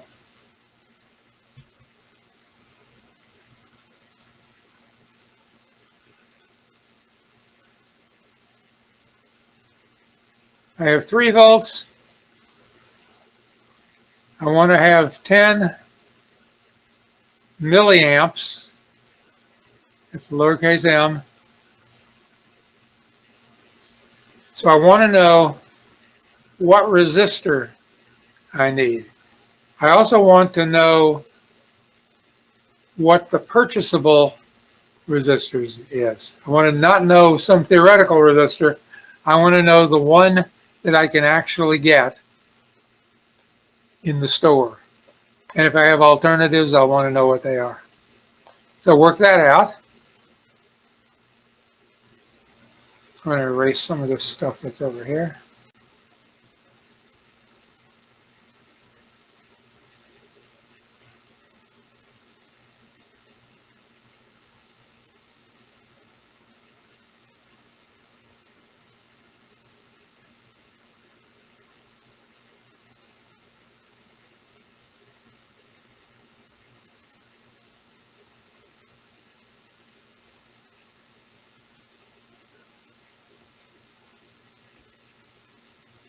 And stick your hand up once you know.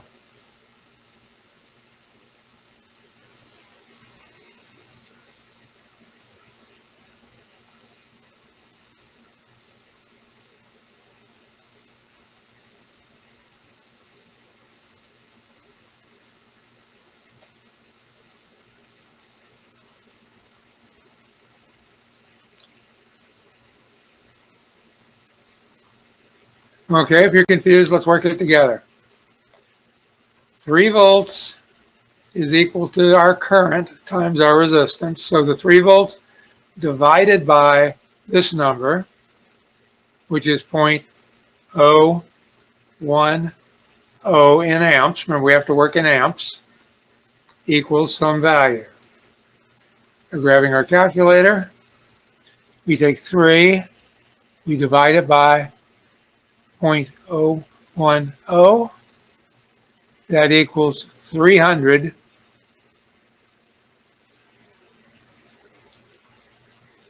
ohms. Can you all check my math?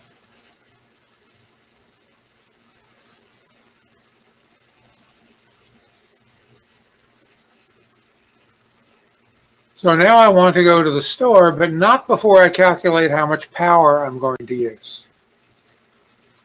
So to get the power, what I need to do is I need to find the lowest value this resistor can be and compute what the wattage would be. Because the lower this is, the more actual current we're going to have, and the bigger the current is, the higher the power is. So kind of a preemptive strike step here is, let's go to the store and see if we can get a 300 ohm resistor.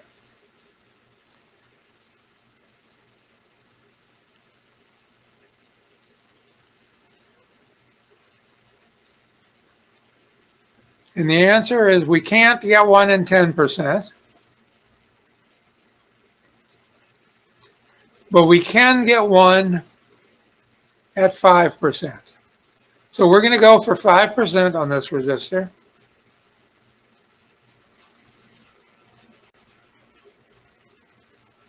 Which means we now know the range of values this can have. It can be 300 plus 5%.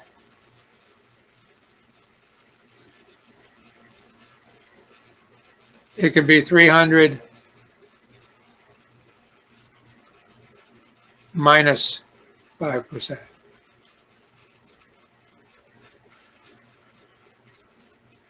So let's do that. 300 times 0.05 equals 15. So it could be as high as 315 ohms, And it could be as low as 385 ohms. Now we care about the low number. Later we'll care about the high number to make sure we have enough current to actually make things work. But for now, we care about this. So if it's 385 ohms, how much current is really flowing? Well, to get that, we don't know current. We do know voltage. We know our resistor. We take 3 volts.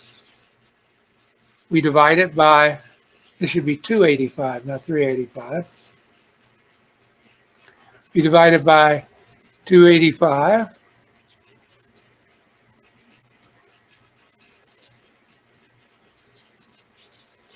And it means the current is actually going to be this number right here. Now, if we were going to write this down, we would have 2 significant digits, which would be a 1 and a 1. However, we're kind of mid-problem here. We don't need to do any rounding or anything at this point. We need to finish the problem. We know the current, which is slightly bigger than 10 milliamps, times the voltage gives us power. So now we can go times 3, and that equals the number we're now going to write down correctly. What are the 2 significant digits we have? Well, we have a 3 and we have a 2. We move the decimal. So this is going to give us 32 as the 2 numbers we have. And that 32 is going to be in milliwatts, which is less than a quarter watt, which is at 125 milliwatts, by a significant amount. This would be a quarter watt right here. Since this is significantly less, we can buy a quarter watt resistor. So we want 5% quarter watt. Remember, this is not going to be listed. And we've demonstrated that even if this is as low as it can be, it's not going to be too hot to operate. So we go to the store. What color code are we going to ask for? Put your hand up if you know the color code.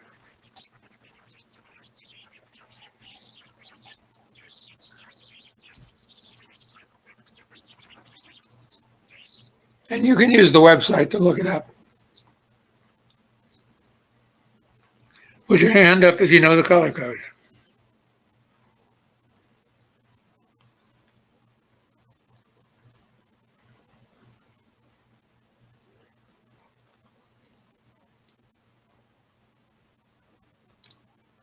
Okay, 300 is what we're looking for. 3 is an orange.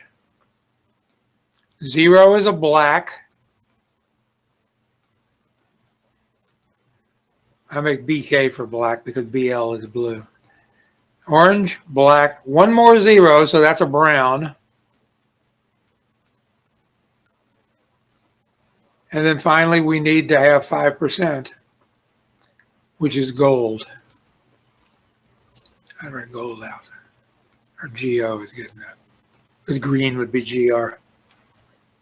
You get that right? Give yourself a green circle there if you got it right.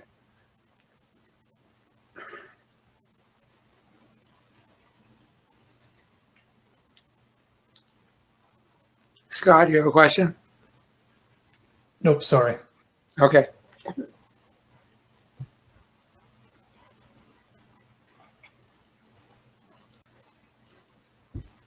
Okay. We're going to move ahead here. Let me do that. Let's talk about a different type of component that we haven't talked about yet. It's called a diode.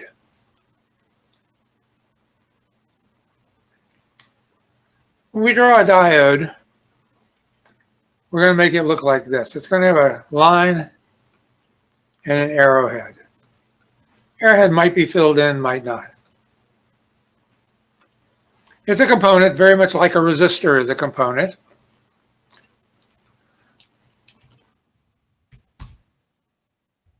It basically is a one-way path for current. It has a negative end and it has a positive end, very much like a battery, except it doesn't generate current. It just allows current to pass. And in a way, it has what appears to be resistance, but it's not really resistance. It's controlled resistance. The negative end of the diode is called the cathode. It's different, just backwards to the way a battery is labeled. Positive end is called an anode. Current wants to pass, this is a conventional current, wants to pass in the direction of the arrowhead.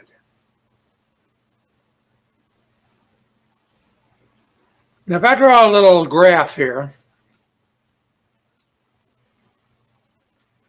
where this is current,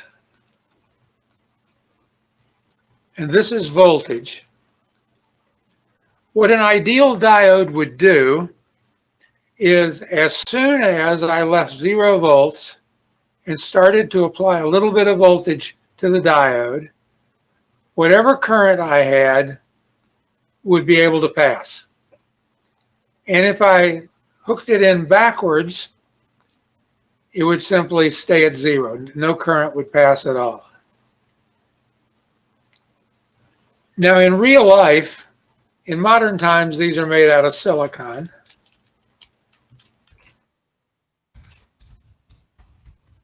Not silicone, but silicon.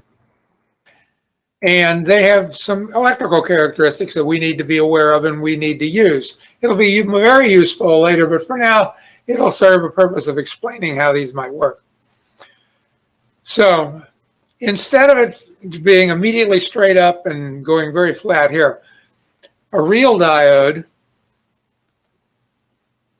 increases very slightly, allowing current, until it gets to a certain spot, which in the case of a silicon diode is going to be 0.7 volts, 700 millivolts, and then it pretty much goes vertical, looking just like this guy did, to a point. At some high current up here, let me draw some fireworks up here. It blows up. So we don't want to get that much current through it. In the opposite direction, the same thing. It allows just the tiniest bit of current. We can effectively say it's turned off to some point where it almost immediately causes lots of current to flow. And again, fireworks. So we want to make it work within the range where it's doing nothing in reverse, and mostly where it's on this part of the curve here and allowing current to pass freely. Important number to know is this 700 millivolts. When I'm talking about a diode, and this is a class thing to do, I will call this 0.7 volts rather than 700 millivolts. You may as well. We'll do the same thing when we talk about bipolar transistors later, because they basically have a diode between their base and their emitter. But for now, don't be confused. In this particular instance, instead of saying 700 millivolts, I'm going to say 0.7 volts. I have a reason. We don't need to know it yet. So if I drew a circuit,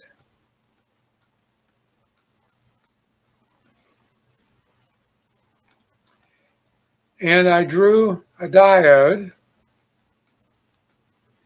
and a resistor to limit the amount of current,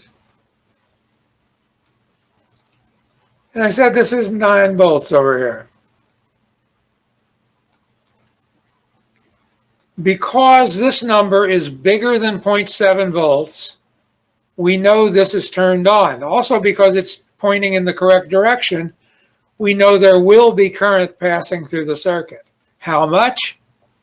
It's going to be based on how much current is dropped or how much voltage is dropped by this resistor. How could we figure that out? Well, we know if that's turned on, 0.7 volts are dropping here. That means across this resistor here, there is 8.3 volts dropping, 8.2 volts dropping. I'm sorry, 8.3, I used 0.7 volts. So if we know there's 9 volts here, and we know there's 8.3 volts here that we need to deal with, we need to figure out, first of all, either what this resistance is or what this current is in order to solve this problem. Let's assume for a second we have 220 ohms here. And we'll just take on faith that you can buy such a resistor.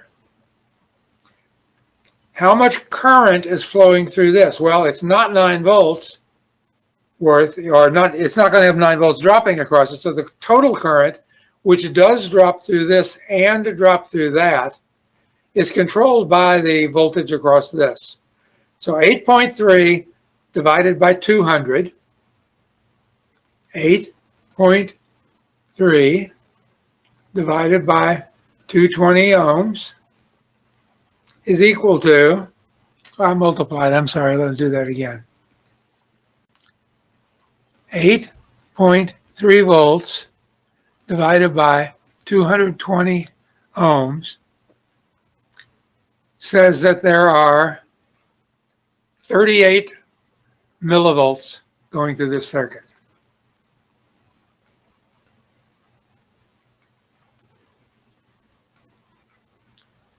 It's also passing through the diode, but that's what's being passed through this. So we could determine by multiplying this times the 8.3, we could determine that 310 milliwatts are passing through the resistor. Because of that, an 1/8 watt is too small. So is a 1/4 watt, which is 250. 500, which is a 1/2 watt, is okay. So we could use a 1/2 watt resistor there. We, of course, would also need to check 10% or 5% high and low from this to see if we have, first of all, sufficient current going through the circuit, and secondly, to see that we have a wattage which will not burn up this resistor. And we'll do that later. What's the color code for a 220 ohm resistor? Put your hand up if you know.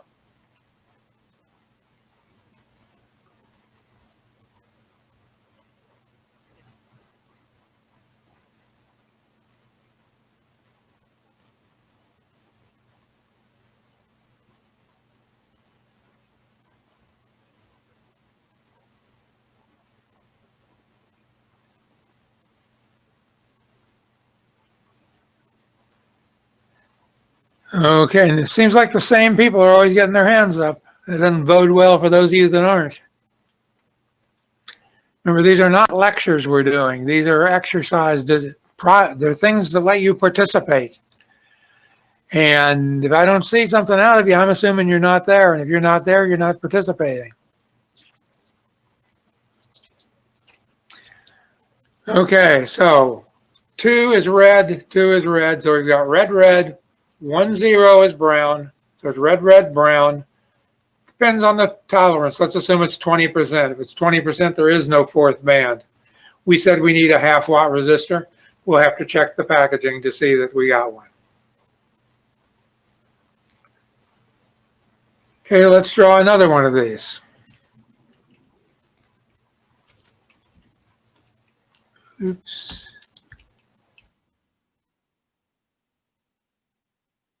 No, that's not erasing. Okay, we'll have to do it a different way here.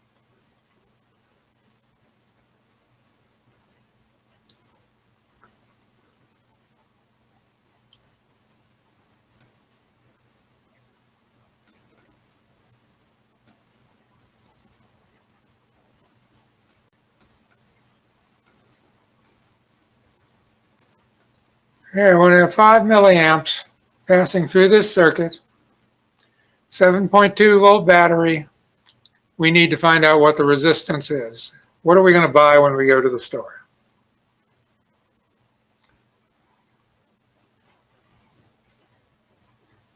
Okay, try to work that on your own. Put your hand up when you get an answer to it.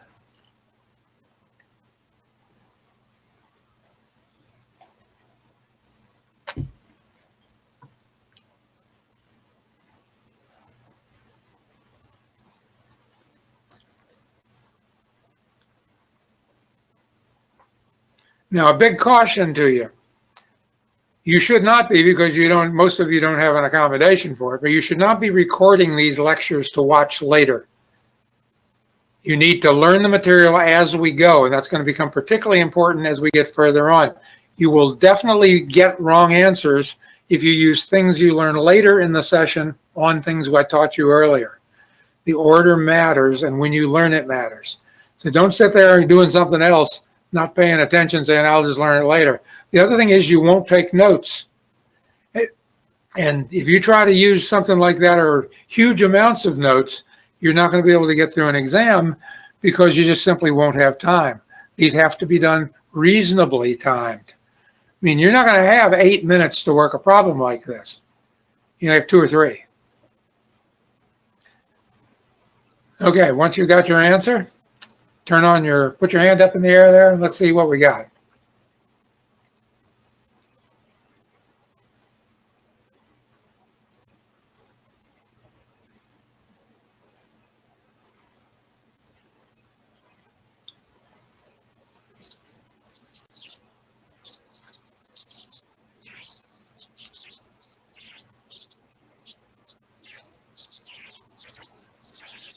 Okay, let's work this one out.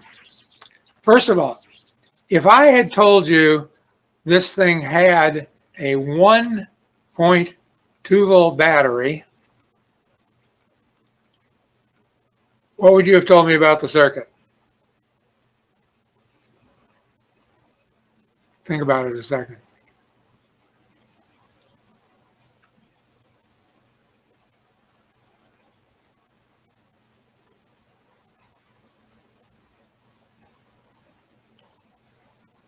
Patricia, what would you have told me about the circuit if I said it had a 1.2 volt battery?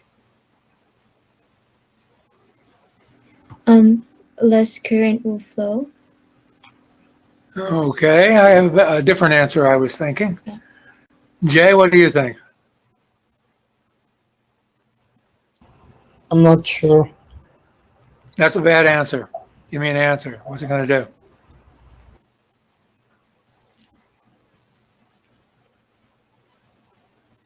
Stephen?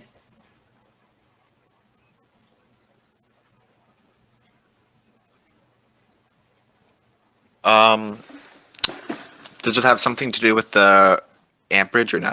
I don't know. Not from what I'm thinking here. Mikhail?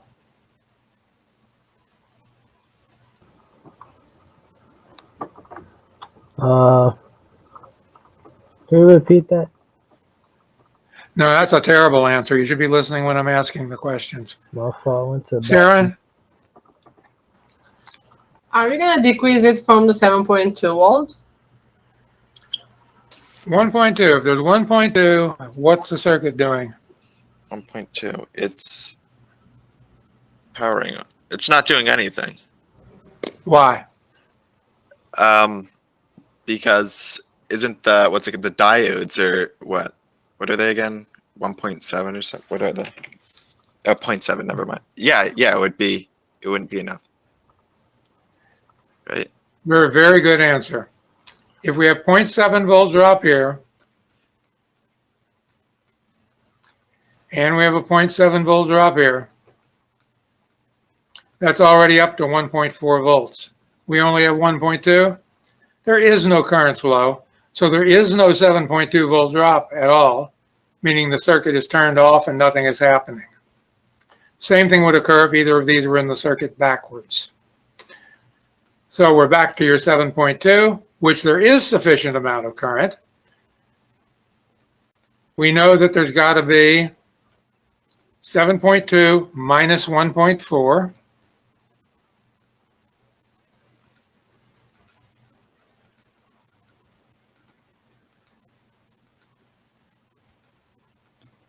Which is 5.8 volts dropping here.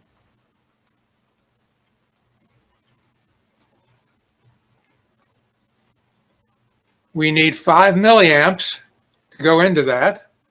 So let's divide that by 0.005,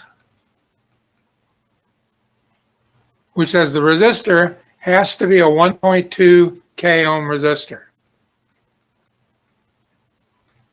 And we'll look in a while to see if that exists.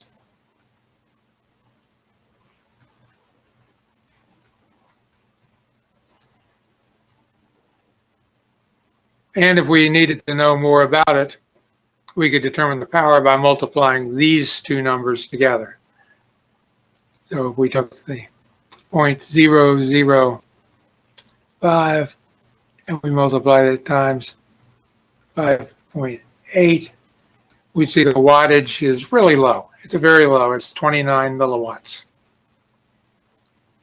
So what's the color code for a 1.2 k ohm resistor? Let's look it up. First of all, is there a 1.2? Absolutely. So what's the color code going to look like? 1 is brown, 2 is red. Now, how about the K? We'll write it out as 1, 2, 0, 0. So with a 1, a 2, and 2 more zeros. So the red would be the third band. We might pick silver gold. We didn't do any because anything at that level is going to certainly not saturate the current, because if we only do 5 or 10% in the resistor value, this isn't going to change that much. We would normally work it out, but I want to move on to the next item. Okay, so that's a reasonable approach to figuring out how this circuit works. Watch out for problems where things are in backwards or the value is not big enough to trigger the circuit on. Okay, now a more practical use of a diode in modern times is there are diodes which, when we apply current to them, can produce light. Those are called LEDs, light-emitting diodes. And they behave the same as the other, except the drop across them. By the way, the drop across them is V sub LED F, or just V sub F if you're talking about an LED. And for a regular silicon diode, we calculated, and you should, if I don't give you a different value on a test or something, you should assume 700 millivolts or 0.7 volts. But for an LED, the forward drop depends upon the color of the LED. However, I might not always in a problem give you a value to use. So you want to write this number down and circle it so you can find it again.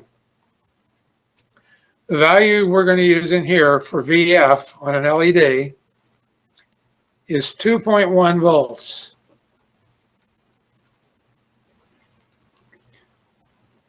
So if we're looking at our chart and we increase the current from negative to positive, at about 2.1 volts, we're going to get a line that goes up. It does slant a bit, so the more current, the more it slants, meaning that the voltage is a little higher than this. But for calculating problems, 2.1 volts will be a good default. This one also blows up at a lower level, so it's easier to burn these up. Also, the drop in the reverse bias might be at a lower level, so you have to watch that when you're buying one to make sure you don't, in a forward way, cause that much current to occur in a reverse way. You get people put batteries in the device backwards. Sometimes they can blow up the lights. So we're going to use 2.1 volts as our design criteria for an LED. An LED, we'll do more. We'll look them up in the data sheets and things, but we don't really have time to do that tonight. But they do come. This is an LED, emits light. One of the legs is shorter than the other, right? Until it's been installed. And we use that to determine which is the positive and which is the negative. And again, we'll discuss that when we're discussing the devices. We'll also find that one of the sides of the LED normally has a flat area carved into it, which will also tell us which is the cathode and which is the anode. But to use one in a circuit,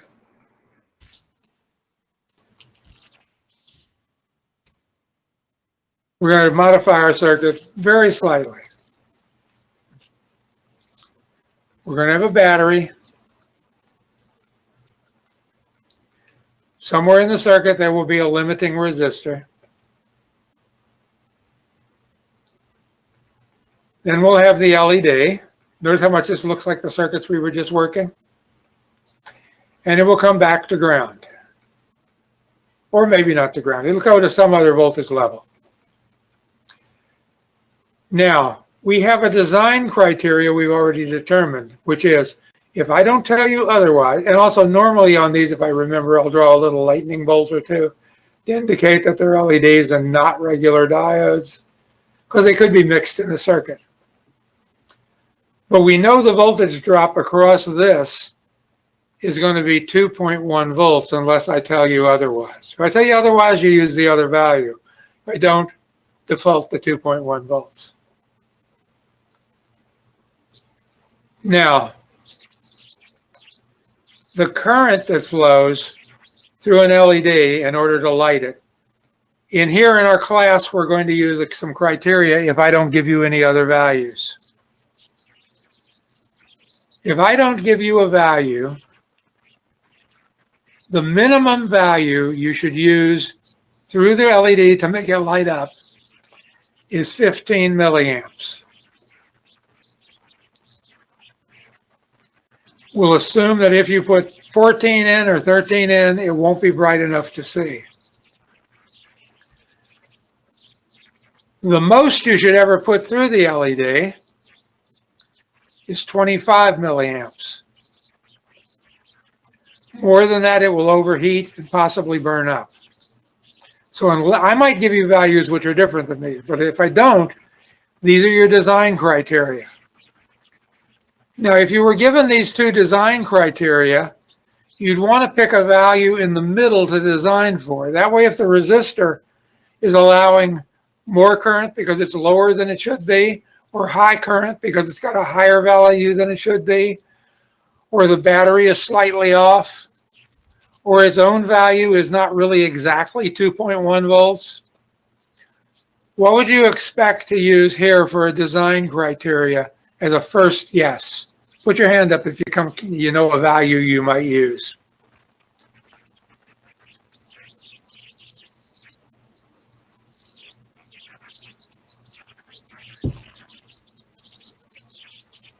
Matthew, what do you think?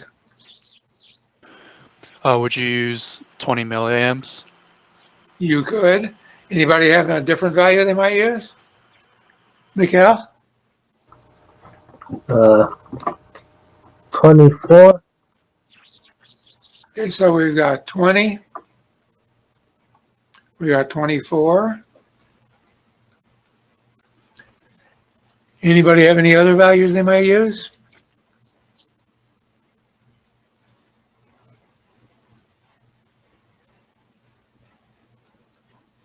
Samir? I was also going to say 20. Okay. How about you, Stephen? 17 or like 18.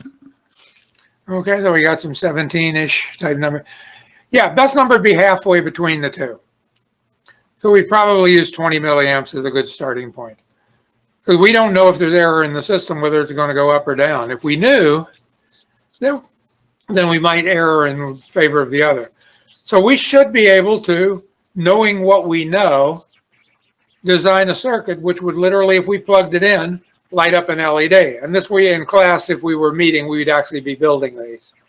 Let's assume for a second that we had a 9-volt battery.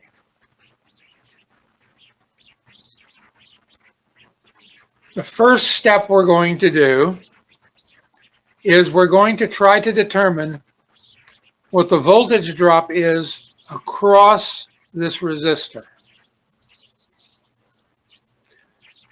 And we'll give them, this is R1, resistor 1. This is, we'll call him LED 1. because it's the first LED. We'll call this voltage source 1. So how would we go about determining the voltage drop across that resistor?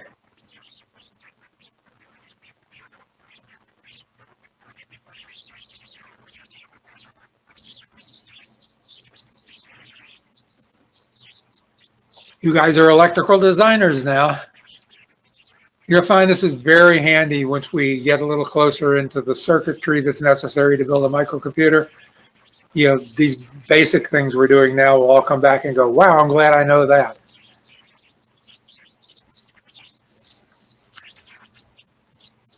Scott, what do you think the first step here is of figuring out that voltage? You apply the Kirchhoff's voltage law. We have 9 volts of rise. Take away the 2.1 volts of drop across the LED. Gives us 6.9 volts across the resistor. Exactly. Good, you paid attention. That is KVL exactly. So 9 minus 2.1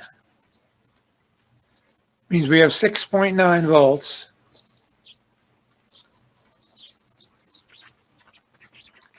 Dropping here.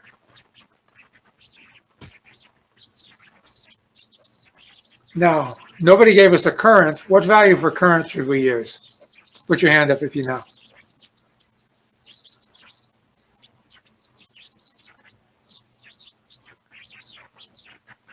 Andrew? The 20 milliamps. Yeah, let's go for 20 milliamps. That's a good design value. We don't know much about our circuit yet, but we know if we could get that, that would turn on the LED. So now we know a voltage and we know a current. So we can come into the neighborhood of this resistor. So to do that, 6.9 divided by 0.020 equals 345 ohms. I'm going to write that down here for a second.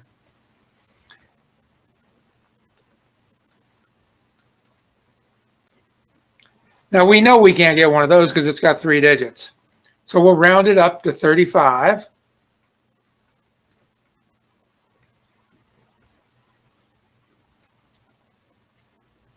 And we'll go look at our chart to see if there is a 35 ohm resistor available.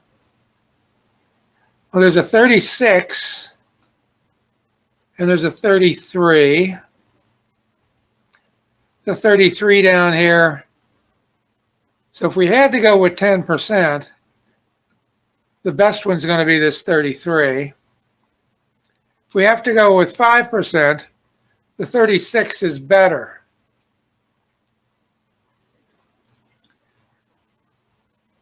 If we go to the store, though, and we've done all our planning around 36, and they don't have one, we can't go to the 10% to find anything. Let's go with 330 ohms, 5%. And if they don't, we'll try 10%. So 330 ohms. Now we can always change our minds later. So this guy now has a 330 ohms. We'll build a little chart down here.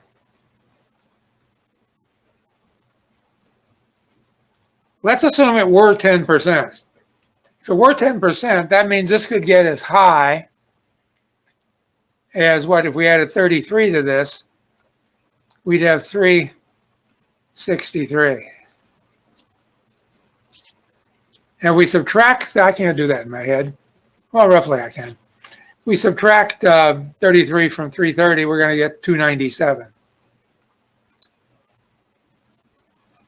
So we really want to do our calculation with those two values to make sure that this isn't too high and this isn't too low. So let's use our 6.9 volts over here. 6.9, and we'll divide it by 297. We'll see we have 23 milliamps. Let's do the other one.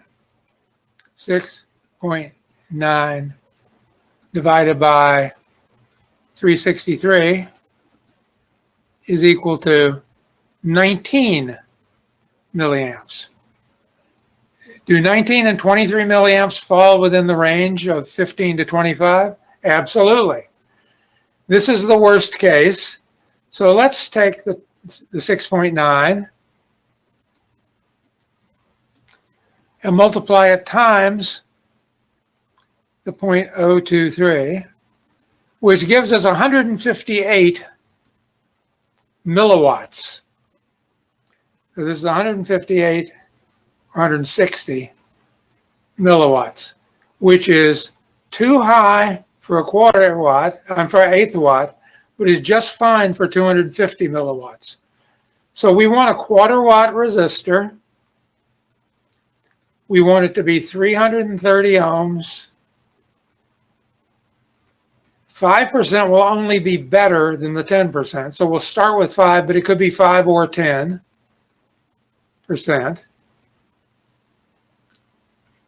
And it needs to be a, did I say quarter watt already over here? Yeah. So what's the color code for a 330 ohm resistor?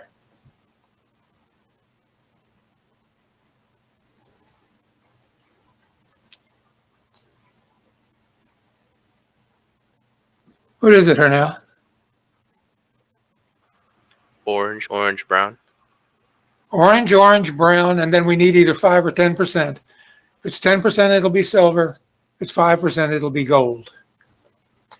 And if we went now and took the resistor we bought, put it in the circuit, got a fresh 9-volt battery, put in our diode in the correct direction, this would light up and would be perfectly fine. This would be an engineer-type design circuit.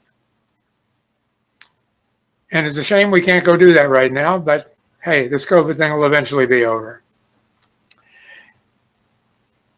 Anybody have any questions about this little exercise we just did? Turning on an LED can be equated with turning on a bit. Very much the electrical side of this is tied into the way we design microcontrollers and logic circuits. So being able to do this is very critical. Being able to design one that will actually work is even more critical. Two values we have to remember, or three. 2.1 for a diode in which I don't give you any other information. A range of 15 milliamps up to 25 milliamps as the initial current to make sure we can target, not go under or over, to have a working LED. And we also learned about regular diodes, silicon diodes, that we would want to use 0.7 volts here if we didn't know any better, if nobody gave us any other information. Now, I could give you other information. A good homework problem for you would be rework this problem. Let's change it to a 10-volt battery. And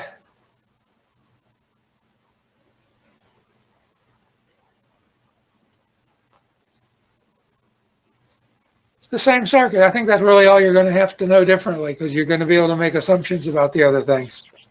And just see if you could come up with the correct value. Now, it might be setting you up. There might be a way that if you use 10 volts, you will not be able to stay within the range here without using a 5% battery. So you'll want to make double check. We never did go back and check how good the signal would have been if we'd used this 36 instead, which is really close to the 34.5 or whatever it was we calculated. So I would do a few of these. You might even get to know some of the people in the class and exchange problems. Work these problems with them. Make sure you know how to do the things we did in class tonight, all those. On, what is today? Today's Monday. So we have Wednesday this week. What's on the syllabus? We're going to be reviewing some of the things we did tonight. Might be, well, I'm not going to, I like to give pop things. We don't have quizzes in here at all. Anything we have might be called a quest or something. There's no special consideration given for them. Some are done orally. We might do them. We might simply ask you. But we're going to be studying IEEE 754 floating point standard. There is a document posted online. I would actually suggest not reading that until after we study it in class. And also then we're going to start talking about transistors. I don't know if we're going to get as far as circuits, but imagine here that we expand this to having more than just simply the ability to turn it on and leave it on, but the ability to turn it on, turn it off, turn it on, turn it off, those sorts of things. And we're going to need some transistors to make that work smoothly. Okay, I think we've hit 20 after, so anybody have any questions? Then you'll tell me good night and be gone. Have a good night, Professor. You too, sir. Bye-bye. Thank you. Have a good night, Professor. Good night. Good night. Good night, Good Professor. night. Bye-bye. Good night. Good night. Good night, Professor. Good night.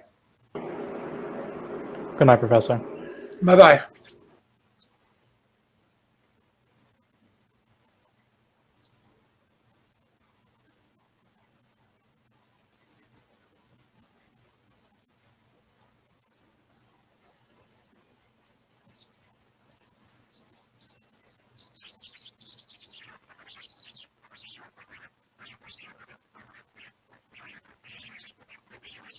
Yan Wen, do you have a question? I see your microphone's on.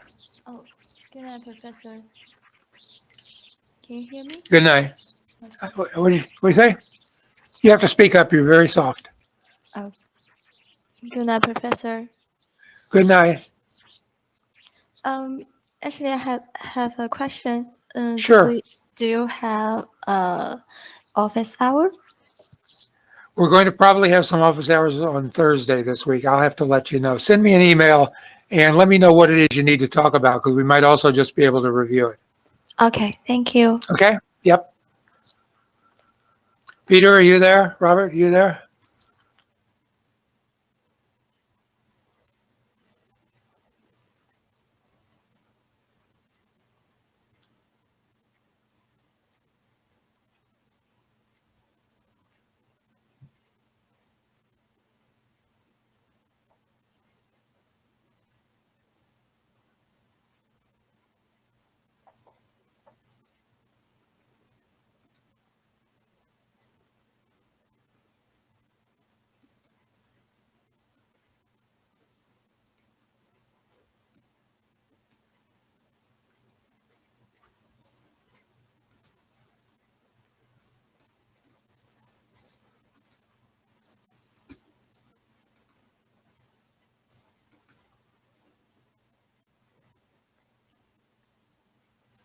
Peter, are you there? Robert, are you there?